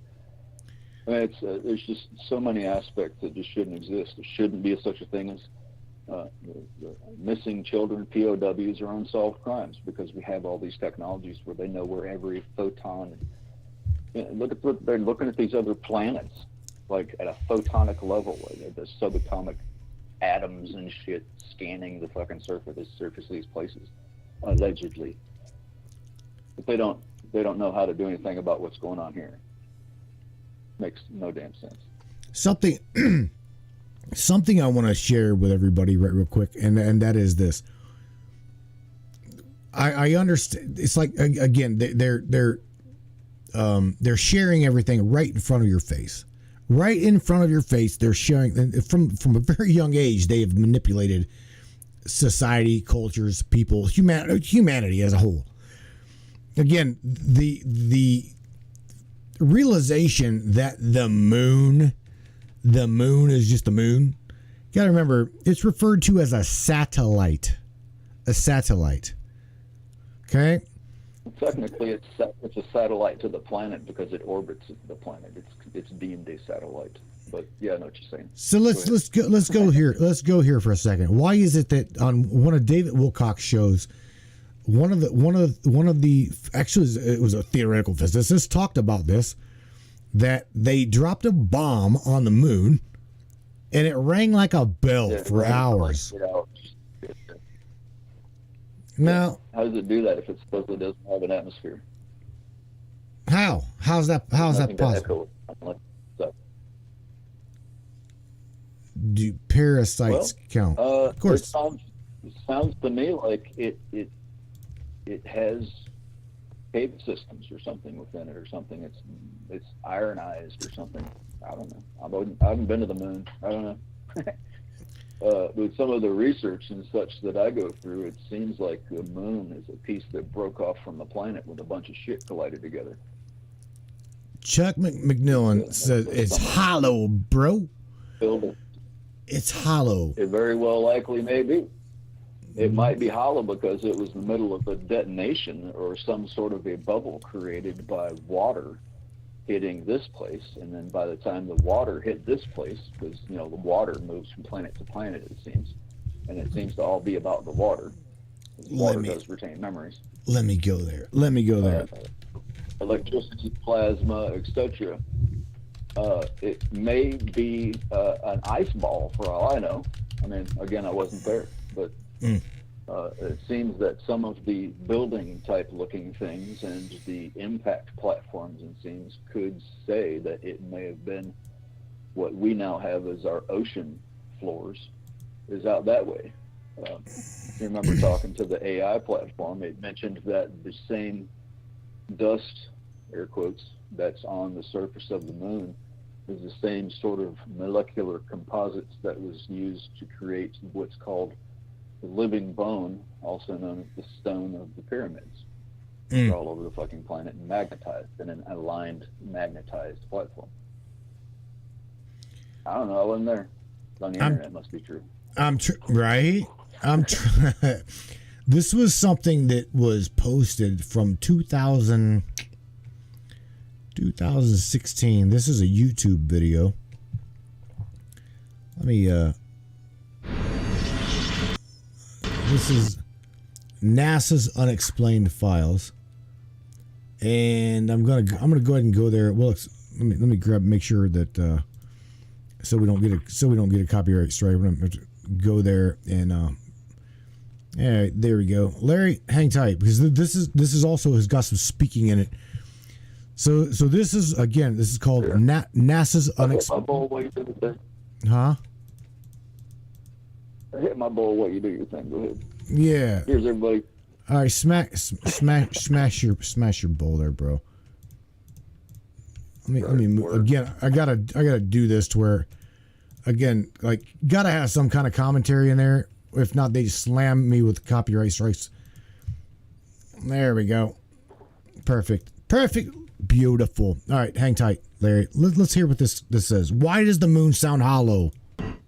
Scientists said, let's separate the lunar module and have it impact the moon just at the right distance away from this seismometer that they put there, and we'll measure how it vibrates, and that'll tell us what's going on in the center of the moon.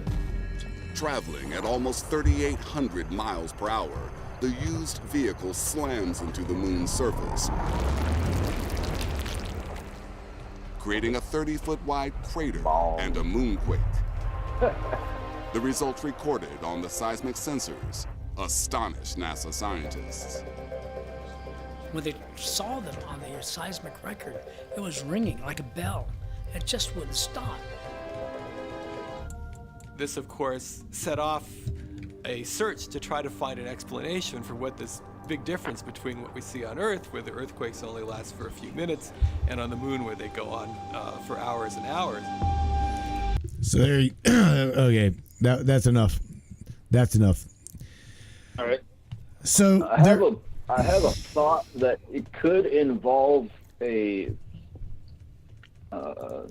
bubble of iron ore, in a sense, like lava, because there's lots of lava here, and if something fucking massive enough to break off part of the fucking planet could do something like that, as an alleged scenario, it would make sense that there would be lava involved, and there could be a bubble of iron ore. So it could be like throwing a stone against a bell, because it's ice-covered bell with a bunch of dust on it. Just saying. Go ahead. Well, I don't know. I really don't know, because you got to remember, okay? I wasn't there. There was supposedly the unexplained, or this goes. You know what? Let me see if I can find it. I think it was Apollo 11.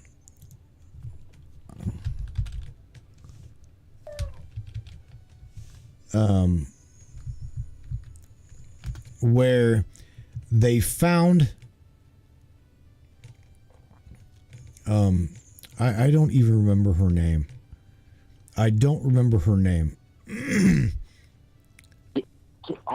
They found supposedly an alien life form on the planet. The Glass City. Again, what are we shared, and what are we just spoon fed to make us happy as a species? You know what I'm saying? I'm being serious. Apollo 11. And cereal, and I'm happy. No, it's you know, I there's so many lifetimes happening here. It's hard to say, you know, be cool like me. You know, I don't know. I don't know what to tell some of these people. I mean, I'm generally not super thrilled about mingling with society, so who am I to give advice to public? You know, but generally, for some reason, it's important that we have these storylines and we have this, in a sense, hall of records. It's here for a purpose, I guess. And I don't know, maybe that's the one common denominator after the demise of a being is, it'd be cool if I could have some way to communicate, you know, like a puppy crying. Puppy tells me what the shadow said. They can do that with satellite systems once they finish translating all these consciousnesses. So maybe the end game is the world becomes the eye of the universe, in the sense that translates all souls of matter and shadows and everything. And this is apparently some kind of a creation, some sort of multi-galactic hub of neener. Right. You know, I don't fucking know, man. I mean, who knows? I mean, I guess if you can think of it, it could be real. So there you go. There's the reality I just created. Well, here we go. This, you bastard. This is like right here, 17 minutes, a 17-minute video. I'm going to drop this in the chat for everybody here on the Matrix. And this video is called The Black Goddess, the Black Goddess Found on the Moon. And I got to share with you right about there. I'm going to do this without sound. And I'm just going to share this, that supposedly, okay, this female that you're watching right now was found on the moon. Now, supposedly there's one that's 30 foot tall in the United States right now. In a sarcophagus that's in Crossley. That would be see that right. Well, there's military connection that says that is the connection to the Epic of Gilgamesh. So they're saying that Gilgamesh was in cryogenic stasis or some kind of a stasis. So it is quite likely that the planets here were all a planet at one point in time. Like the creation of the asteroid belts and all this shit that went down. There was some sort of it smells to me like somebody learned how to steer a planet and didn't know what they were doing, like they were 13 and pretended they had a driver's license and drove to school. Oh wait, that's what they're doing to America. That's what they're doing to the planet right now. They're mobilizing it. You know, it would make sense in a sense that if you remember a while back we talked, there's a molecular compound that is only found on the surface of Mars, and that same molecule is only found in human beings and identifies human beings, air quotes, humans. Right? So humans came from Mars or Mars came from humans, one or the other. So if we can resonate with the water, if we can resonate with the atmosphere, if we can resonate with the thoughts and everything, we are a part of the galactic platform. We are the stardust. We are all the stardust. We're all the water, all the shadows, all of the cricket farts. That's us. I think the overall platform is to make it all a singularity. Eventually it all comes together as one, like everything. So are you saying, Larry, are you saying that that's why you think all of these resources, given all of these massive ass machines that we're utilizing today, like HARP, the ionization, is trying to find that one specific unknown known? Because you and I've talked about that. All of it. Mm-hmm. It's all of it, though. I want all the fucking pie. This fat boy hungry. It's all of it. That's scary, bro. Because I've had some pretty deep thought. Think of how life was. back in the caveman days and look at now. Equally, probably kind of intimidating. But what if it didn't have to be intimidating anymore? What you're talking about is like the mapping of all the consciousnesses. When all the disclosure happens of all this, eventually the shit going down, the corruption being ended. Remember I told you one of these days somebody's going to flip that fucking switch if I got to make it myself? Yeah. Well, that's the switch. When we know everything about everything and all the bullshit, and it all gets scratched tomorrow. It's done. All right? No more corruption, no more bullshit, no more fraudulent motherfuckers. Poof, they're gone. Welcome to the peaceful living world. And it's kind of like when all the Indians are winning back the territories in the United States right now, Cherokee and stuff. Well, what happens is you end up having to have reparations from the government. It's called the bad man law, right? So they've made grievances of all the land of the United States being stolen through unlawful political platforms. You get the idea. George Washington ordered the genocide of 100 million indigenous peoples to make the way for the business called the government. Comply or die. Someone explain why a country that's been in place for a few hundred years is policing the whole fucking planet. But I digress. So I guess when all the corruption is all put on the table, there's going to have to be reparations done. Then there will come in the digital basic income for everybody, because it's going to bankrupt everything. Because what happens when we stop paying the politicians? Because they're all in Ponzi schemes. It's political kickbacks, et cetera, et cetera. They can't exist anymore, right? We don't need it. We have the AI. The AI is being tied into the hive mind computers of the world platforms of the know-all-know-alls of everything. That's why they don't want people traveling around. That little star on your driver's license called Operation Moonshot, where they link your DNA to your social credit scores and your ability to drive. Remember how many times I've told you before, as soon as I moved to where I moved, the first thing they did was block my insurance and driver's license, so I couldn't travel anymore.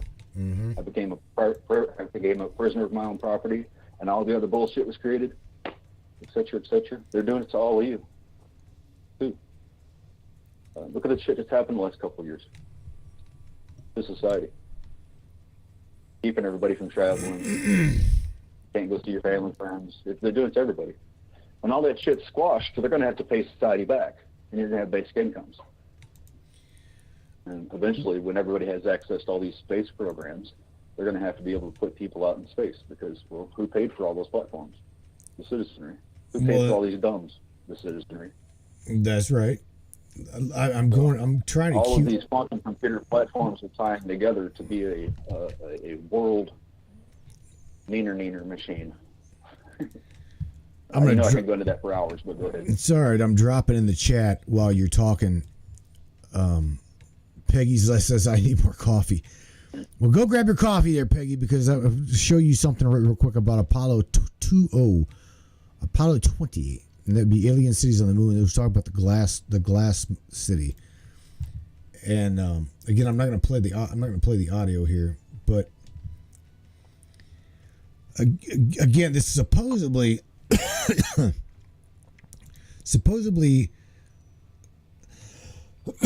excuse me, a city that Neil Armstrong ran up onto and didn't speak about, or was afraid to speak about.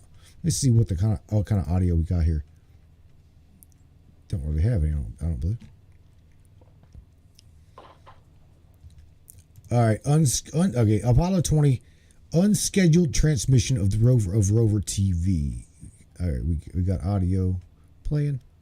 Trying to wait till it gets to the city where you can see what I just dropped in there. Because again, I'm not quite sure. Presto changeo. There's the TV. There we go. Oh, beautiful. I'm glad to hear that.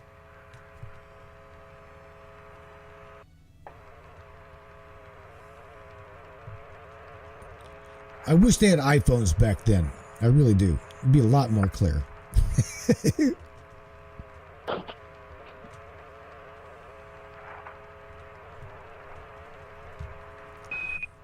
There we go. It's coming to view. All right, let's get him.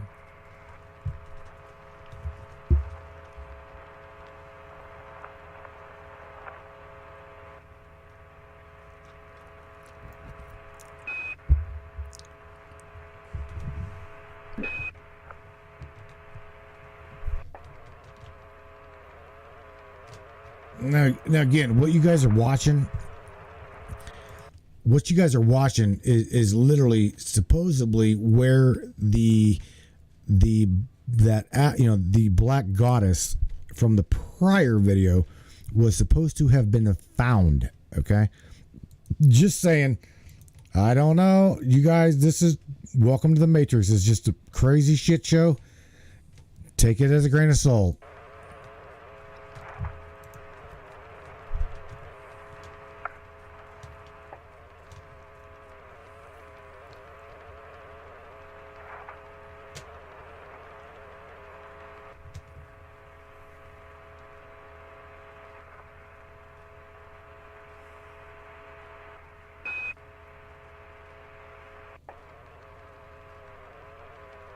I mean, I don't know, Larry. It's just primarily panoramic. It's panoramic the photo, but the description don't really go into much detail talk.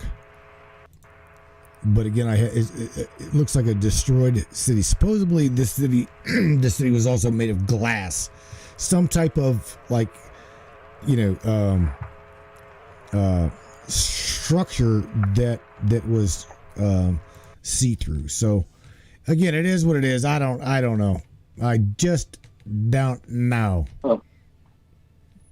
That would be a bit ironic, because if you knew me when I first got my property here, one of the specific things I was looking into doing is because I took my bus up to the Pigeon Forge area when they were having all those fires. Mm-hmm. And I had the bright idea of I was just going to buy like a trailer to pull behind my bus. And I was going to I had the idea of creating like a 3D printer kind of thing. And I was like, I could do hempcrete domes for these people in fire-prone areas, and then they have something to live in, at least until they get another house built or something on the quick fly kind of thing. And then when I got here, I got to thinking, I was like, shit, why don't I go all fancy? And I was like, I could turn that dome upside down and have like a clear fish pond, like a clear koi fish pond kind of thing, and 3D print my dome for my house and push dirt over on it. It'd be cool. But it turns out that they are putting domes like that under Lake Michigan. There are some around the coasts that are being done like that, the glass domes. So who's to say how hard it would be to send a terraforming platform to wherever, because they can send terraforming platforms to wherever. That could just be a test run for all we know. I mean, just saying. It's on the internet, must be true. Yeah, I mean, again, it's like Steve Nolan. I mean, he's a lot like me. He questions a lot of shit. Then he's like, CGI. I don't know. He's like science fiction double feature. Putting domes. They're building underwater hotel platforms under Lake Michigan, like literally. You can look it up on the interweb.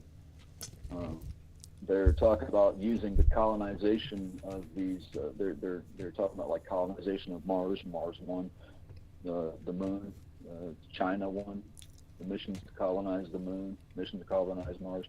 One of the ideas of those platforms is building homes. And what's more original than the human history is igloos.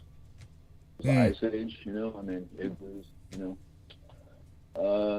Who knows? For all we know, somebody went back in time, snatched up some igloo spot somewhere, and teleported them, called it the UFO experiments, and put them on another planet. Next thing you know, they're making potatoes and turds somewhere. Potatoes and turds in an igloo.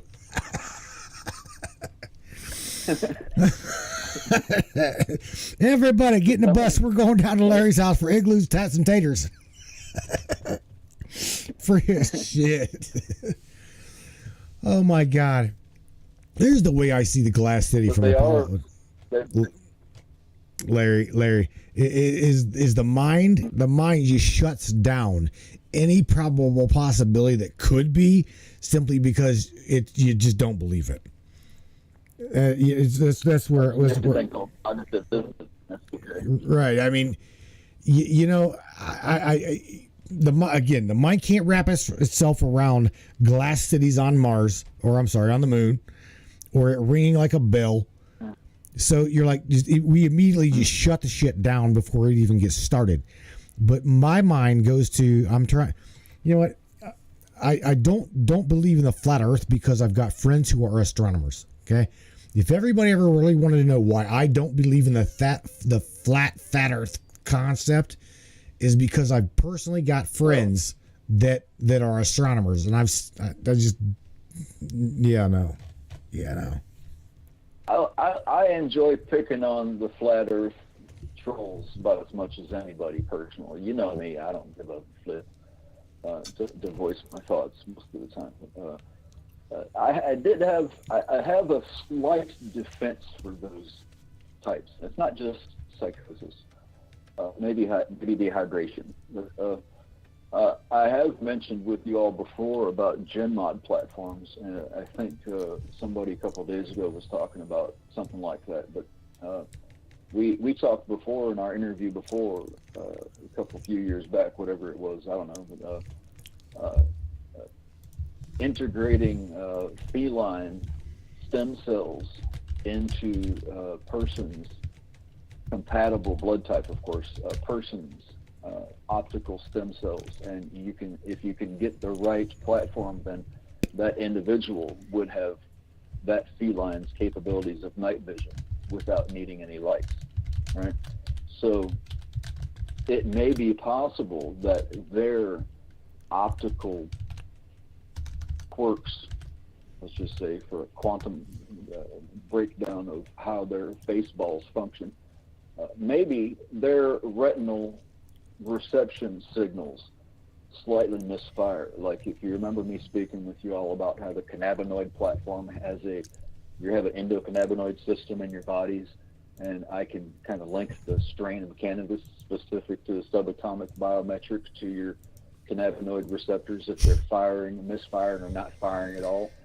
Maybe some of their optical platforms and their cognitive brain waves just don't resonate quite the same, and their frequency makes everything look like it's flat. Like a bird sees different than a cat, a whale sees different than an octopus. You know what I mean?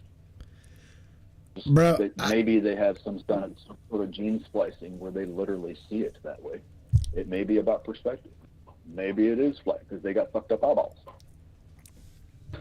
I have seen some pretty. My only defense I can give them. That's it. I have seen some. Actually, I denied an interview got by a guy who I didn't want to subject these guys to him. I literally had the opportunity to interview a fellow that sees his reality, the world around him, and I'm not shooting him down. I'm not. Okay, but the guy literally believes and has showed that. Hang on. Has showed that birds. Get this. Birds are nothing more than eyes to the system. This man literally shows a video of him walking up to a bird. It looked already. This is where I got it. It already looked dead. Where he picked this bird up, looked at his guy, he cut the head off of this bird, and he showed where he's like, look, I'm telling y'all, look at this shit. It's plastic, and he showed where, right, this bird is like, fake. Right, going, yeah, well, machete, all right, I had the opportunity to interview that guy. I'm like, nah, bro, birds aren't real. Yeah, the guys that say birds aren't real.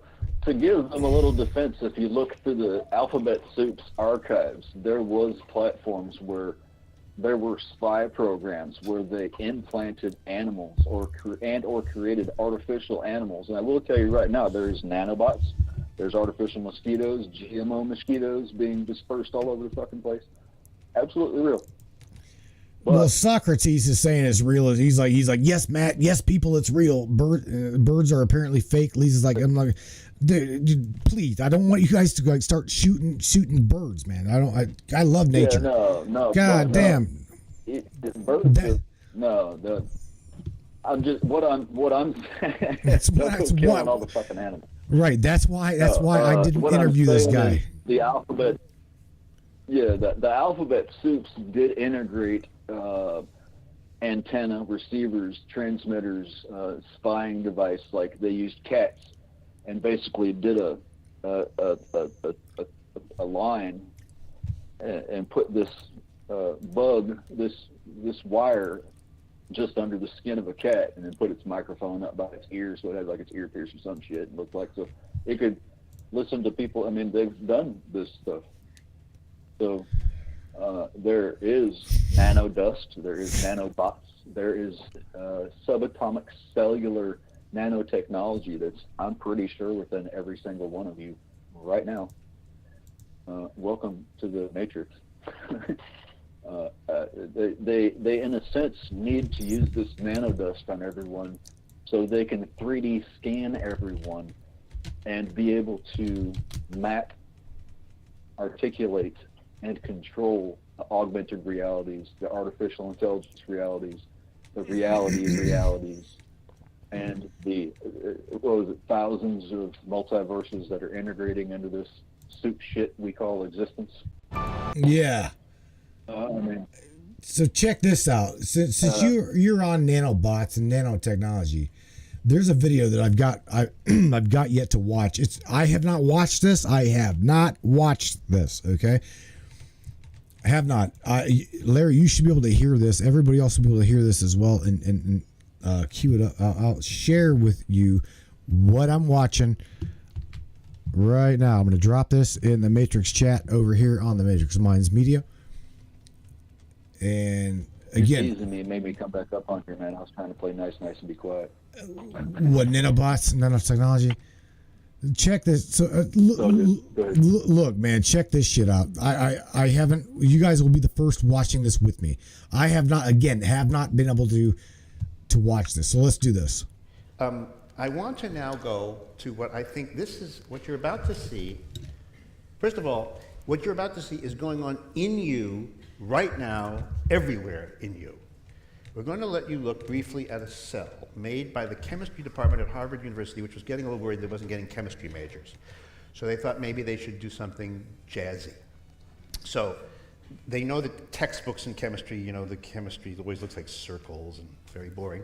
So they said, let's just actually make it like it is. So this is basically what's going on in your cells right now. These are different fibers assembling, disassembling your cells. This is a molecular machine that walks around in your cells right now. It's called a kinesin and transports things. So for example, when things want to move around your cells, they don't just float around randomly. They actually actively moved around with little machines, little robots. Did you hear that crazy son bitch? I like that. Let's do. Oh my God! It's little machines, little robots, nanobots that power your cells. Oh, he likes what that. What you see here is actually an amazing machine coming out of these little pores, which actually assembles other machines. This is like the factory floor of your cells. It's called a ribosome. It reads your RNA. RNA is... Wait, what? What? Again, I first time I've watched this, I'm going to listen. Just listen again. It reads your RNA. It reads your RNA. RNA is holy shit. Comes from the DNA, it's translated into RNA, and then it basically gets read out by these ribosomes, and they make new machines which then do other things. So there's all kinds of machines in your cells, things that rotate. It makes. Did you hear that, Larry? It makes other machines. Hang on. Things that walk, things that make other machines, things that read RNA, things that copy DNA, that copies DNA. Let's look at this again while we talk about it. Can we look at it a second time? First of all, how fast is this in real life? All these things going on. Oh, some of those things can happen quite fast, some kind of slow. And that's actually the interesting thing of a nanoscale. You can create all kinds of time scales depending on how many pieces have to act together. Some things can happen in nanoseconds, some in milliseconds, some in microseconds. You know, they're actually... they make steps in the kind of millisecond range, I would say. In the what? Like milliseconds or thousandths of a second. And we so you can have this. So it's actually faster than that. It's much faster than that. So they made it kind of looking. So this is a garbage man. That big wet sack is just cell garbage, and he's going to take it up this tube, or it is going to take it up. Yeah, there are some machines that walk from the inside of the cell to the outside of the cell to kick garbage out, and others that go from the outside of the cell to the inside cell to bring the good stuff in. So they're specialized machines. They only walk in certain directions. Is this, what about the color? That's pretend, right? Yeah, that's, those things are so small you really can't, you know. Because it would be very dark, unless you had stage lights or something. Yeah. This is... That shit right there should... Oh my God, Larry! That's the world that we're living in right here. Yeah, that's a copy, and that little wormy thing coming out is a new protein coming out, and here's a new protein has formed. Two of them linked together, and they make a new nanomachine that goes off to do its thing. So this is This is what plants have, and animals have, and we have. We're built from these things. Right. This is what's going on in your cells right now. And so you look inside, and I think it would be fair to say that this seems extraordinarily complicated, extraordinarily sophisticated, extraordinarily, to use a careful word, miraculous. The nanorobots inside you, that's miraculous? Man. It can do amazing things. I understand.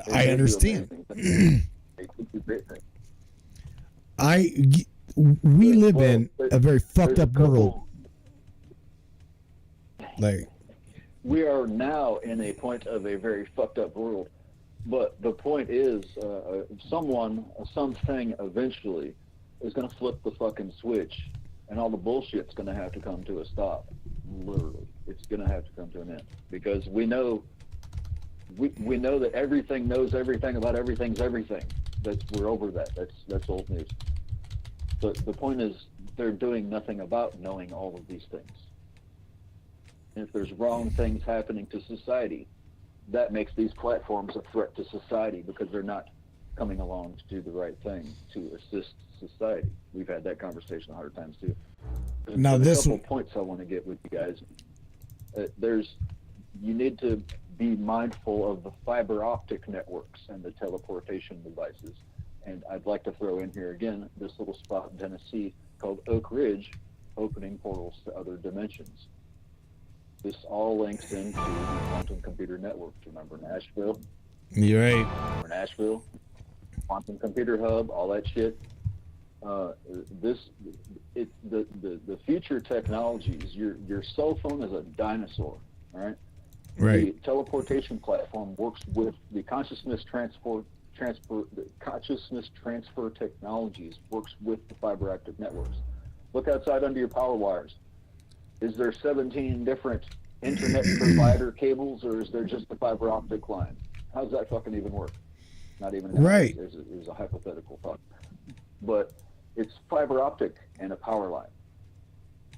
They're networking everything with fiber optics. There's quantum holography, holoportation rooms, you can do concerts now.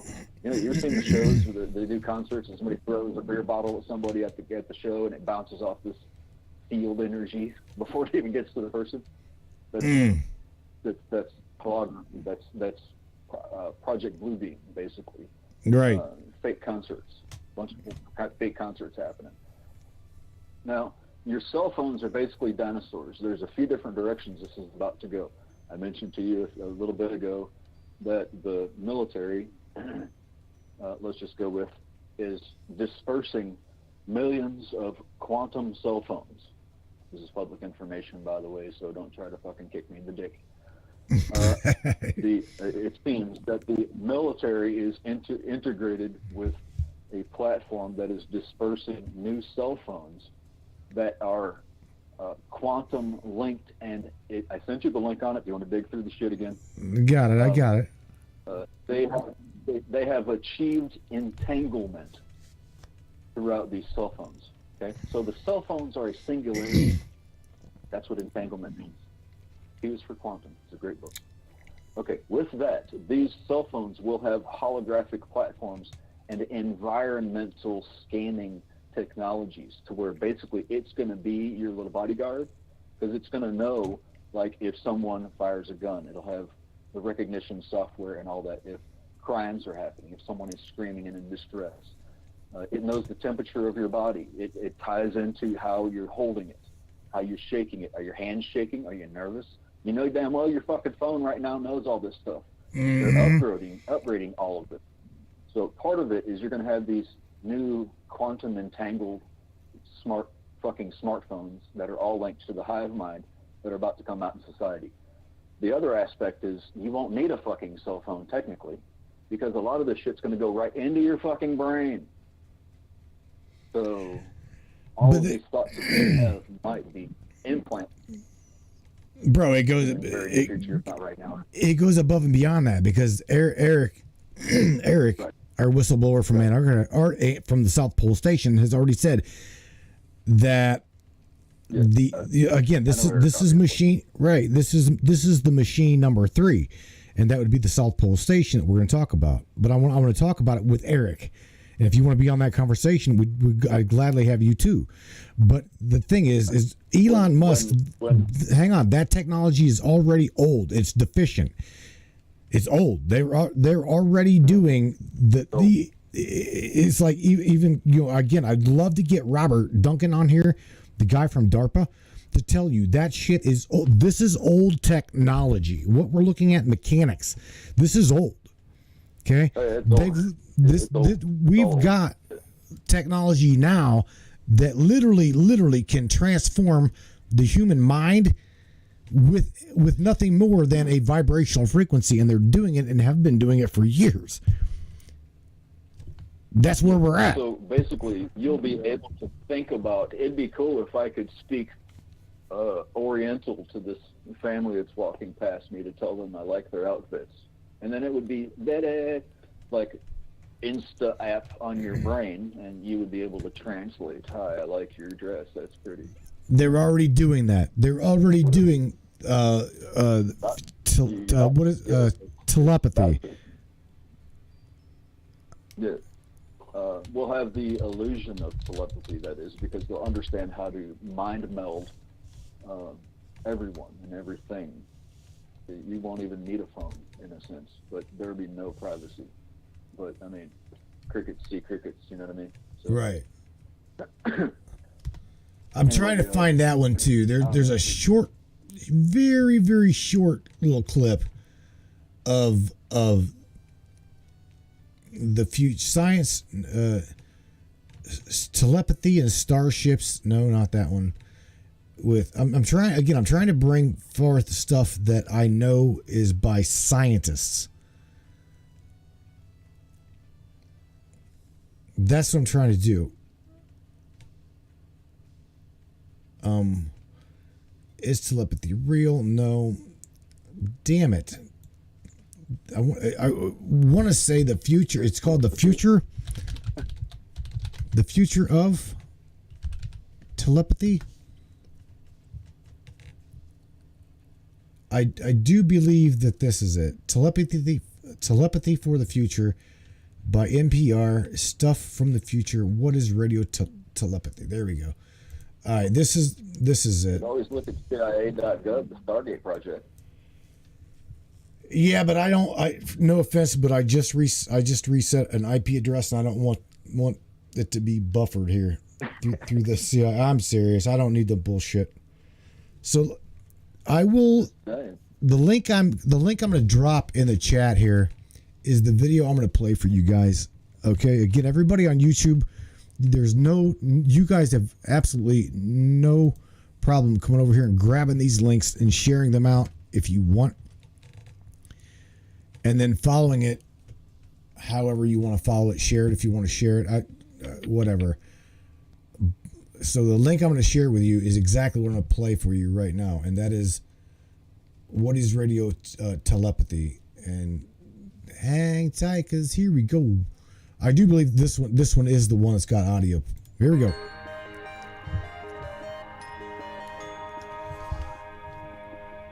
From the future, we go Stuff from the Future by Rob Seff.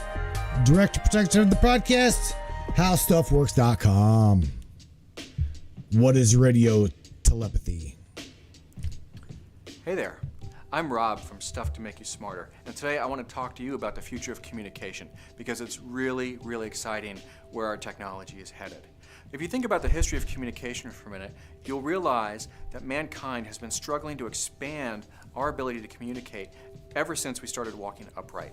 We invented language, we invented writing, and our earliest forms of long-distance communication was actually drum beats and smoke signals. We moved on from drum beats and smoke signals to written letters that were transmitted over great distances by courier, the Pony Express, or even across oceans. And then, of course, we developed the telegraph and the telephone.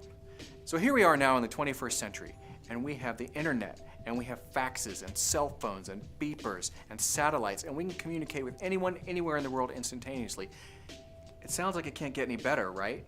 Well, if you think about how technology shrinks and shrinks and shrinks, in 50 years, we're likely to not have telephones at all. The smartphone that is so popular today, and which we're all addicted to, is probably not going to be around.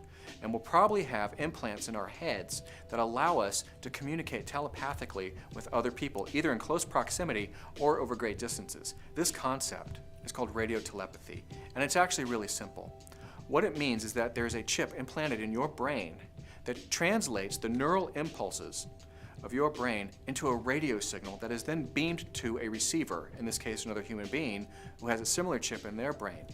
And they interpret that radio signal into a neural impulse back into that receiver's brain so they understand what message is being transmitted. And then you're communicating back and forth. Now, think about this for a second. This is actually a really cool concept. If I can communicate with another person telepathically, which is a very complex proposition, why can't I communicate with my toaster or my car or some other electronic device? Well, in fact, this is actually happening today. There are experiments underway right now where human beings are able to control cars with their brain, but it's hardwired, so it's not wire-free at the moment, but the technology is coming. All we have to do is cross that divide, and when we get there, it's going to be a really exciting place, because what this is going to do is open up communication in a way that mankind has never even been able to think about before. I will be able to communicate with anyone, anywhere, at any time, as long as we're on the same wavelength, so to speak. I'm going to stop that for a second, and here's why. Let's just say, okay, I don't myself have the latest and greatest smartphone. I just don't. Okay, I accidentally sit on them drumming, and I break them, snap them in half. That's just my shit. That's just what I do. I'm just by accident. So I've got a little $80 phone. Right? Those of you that've got like these $800 smartphones and up, because that's what they go for now. But anyway, nevertheless. Let's just say that you don't even know that the phones today can receive, because your brain. Let's go, Larry. Let's go here. I'm gonna go here. You ready? Let's just go with the brain transmits vibration frequency, right? Right or wrong? Electromagnetic vibrational frequency, correct? Yes. Cellular oscillation in a response to the cognitive relation to the yes. All right. Okay. With that being said, let's just say that today's cell phones, the ones that you may even have in your pocket right now, let's just say that they are designed, and you don't even know that they're designed to receive that neural link that your vibrational frequency, your biometric body is putting out. Okay, this is how it data mines. This is possibly how it does predictive programming. Again, remember me telling you that my wife went to try to do a search. Why does the carpet insulate the floor during the winter? Remember that? And my wife got as far as saying, does the carpet? And it could have picked anything at all. She didn't discuss this with me. She didn't look it up on the internet. She didn't do anything. All she did was merely think about it. So all I'm saying to you is possible that these fucking things are picking up. Well, there you go. Are they picking up them frequencies? If they're listening for commands for you to talk to it, they're listening to you. I'd also like to add, if it's waiting for you to say, hey, cell phone, do a trick for me, it's waiting for you to talk, which means it's listening to everything. Just throwing that out there. It's absolutely spying on you. Snowden and Assange need awards. just throwing it out there. They were trying to tell you all along.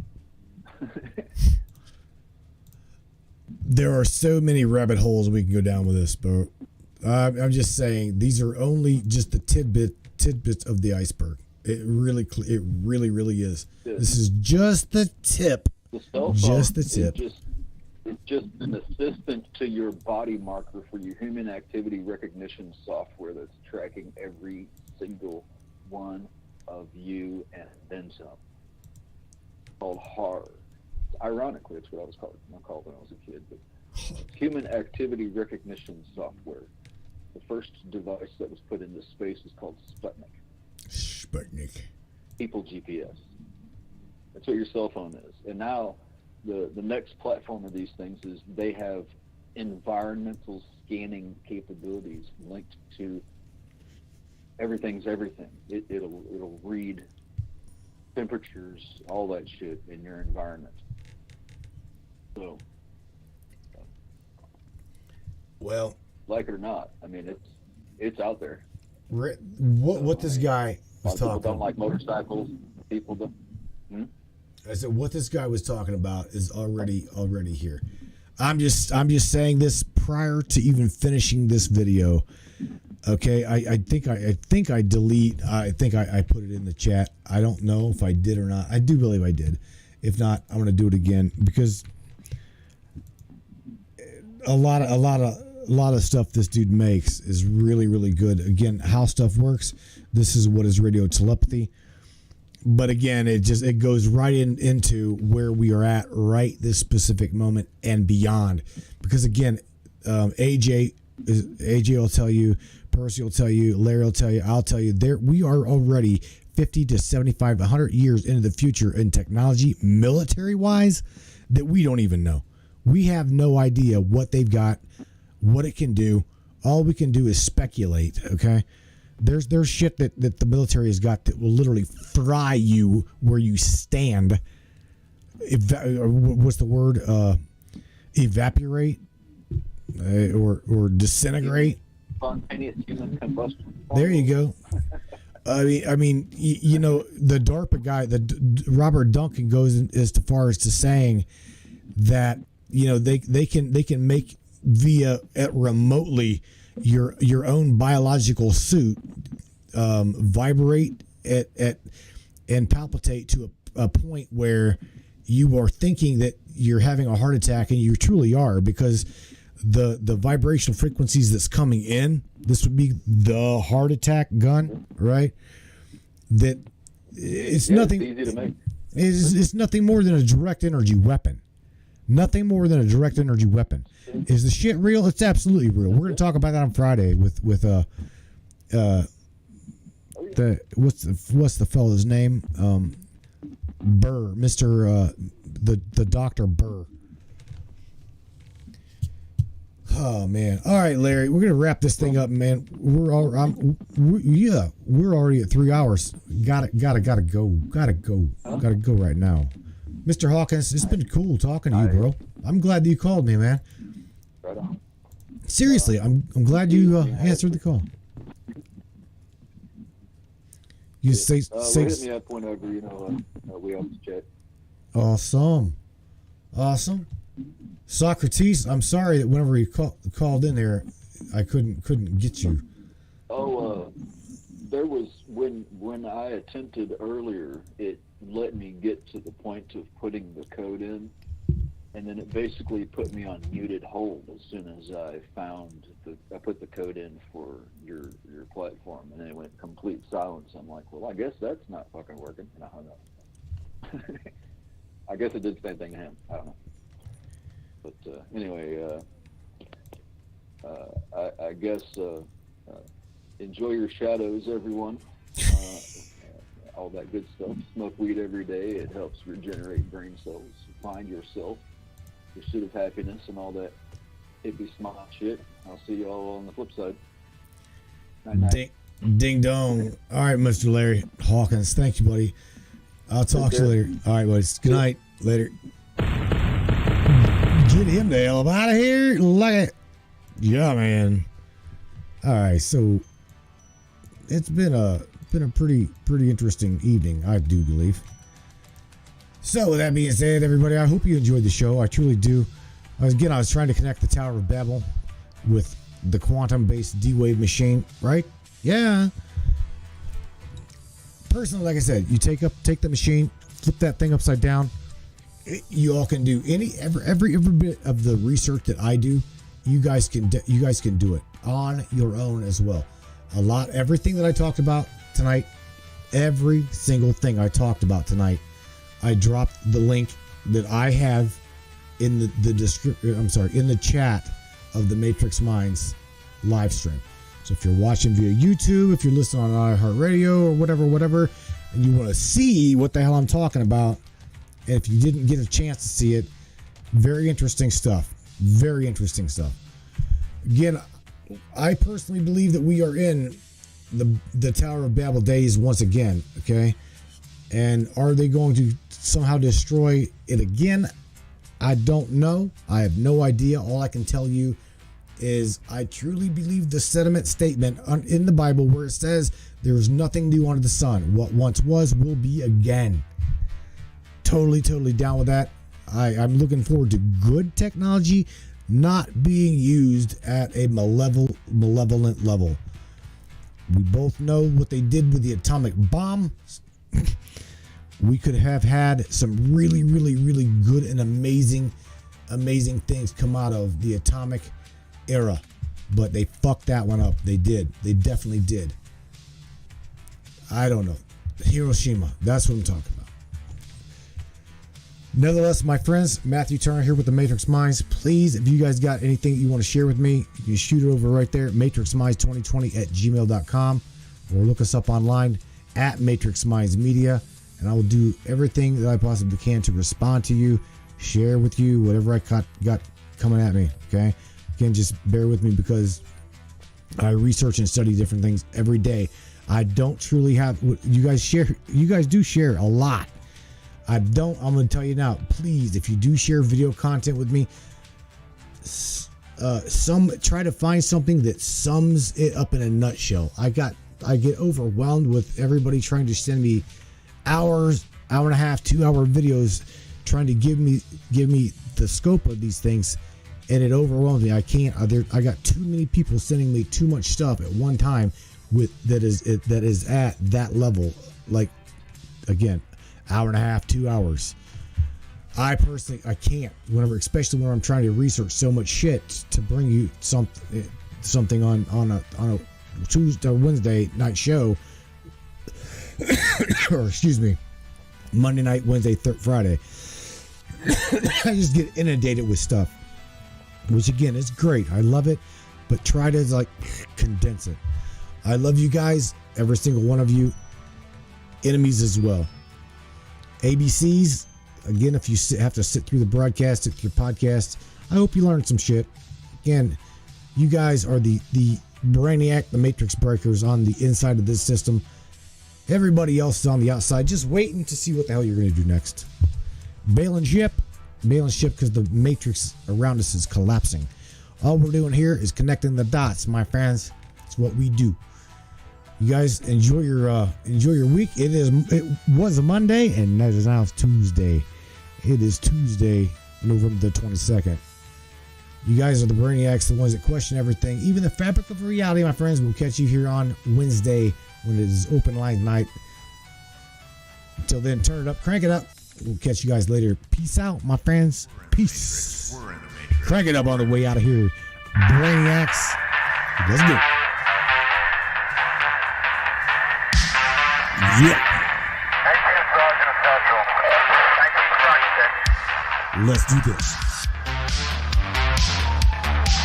One of the fastest growing talk shows on the internet. Radio show. Welcome aboard the Matrix Minds. One of the most controversial conspiratorial shows on the web. The Matrix Minds. And that's right. Buckle up, everybody. Let's go. Paranormal, huh? Conspiracy, huh? UFOlogy? hidden Egyptology, and anything and everything we can get our hands on. Let's go.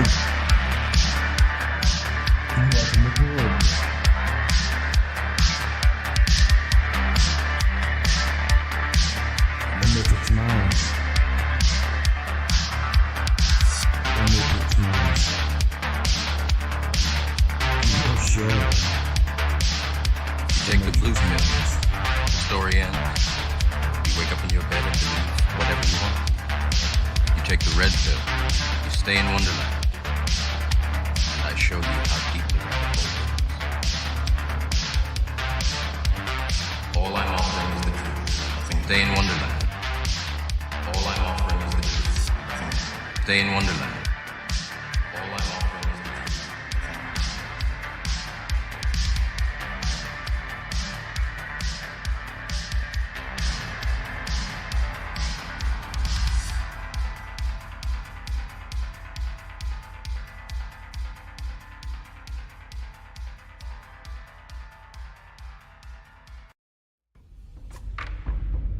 What is up, all my beautiful and gorgeous souls? I am Michelle Espinosa, otherwise known as the Shaman, through the Matrix Mind Media.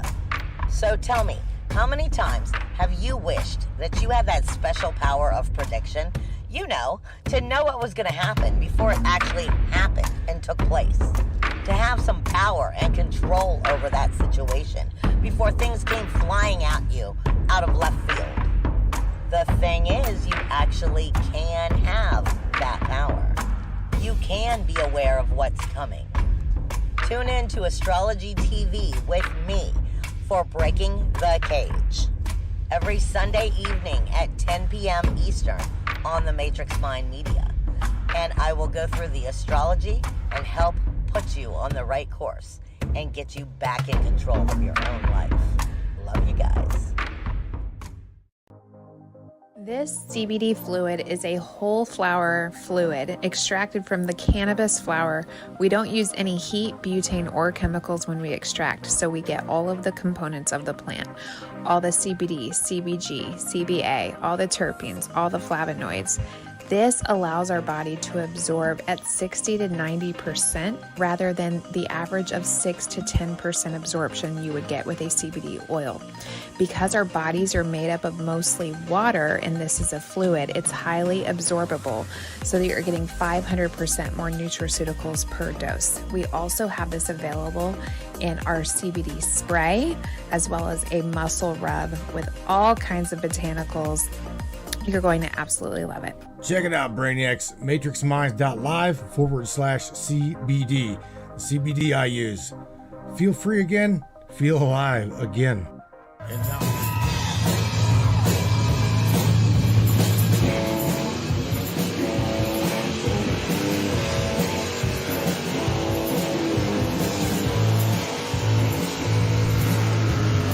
Yeah, Brainiacs. This is the part of the show where I tell you that you've got the power.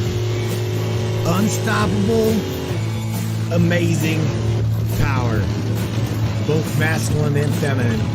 That's right, whenever you add the two together in a family, holy shit, they can't stand you.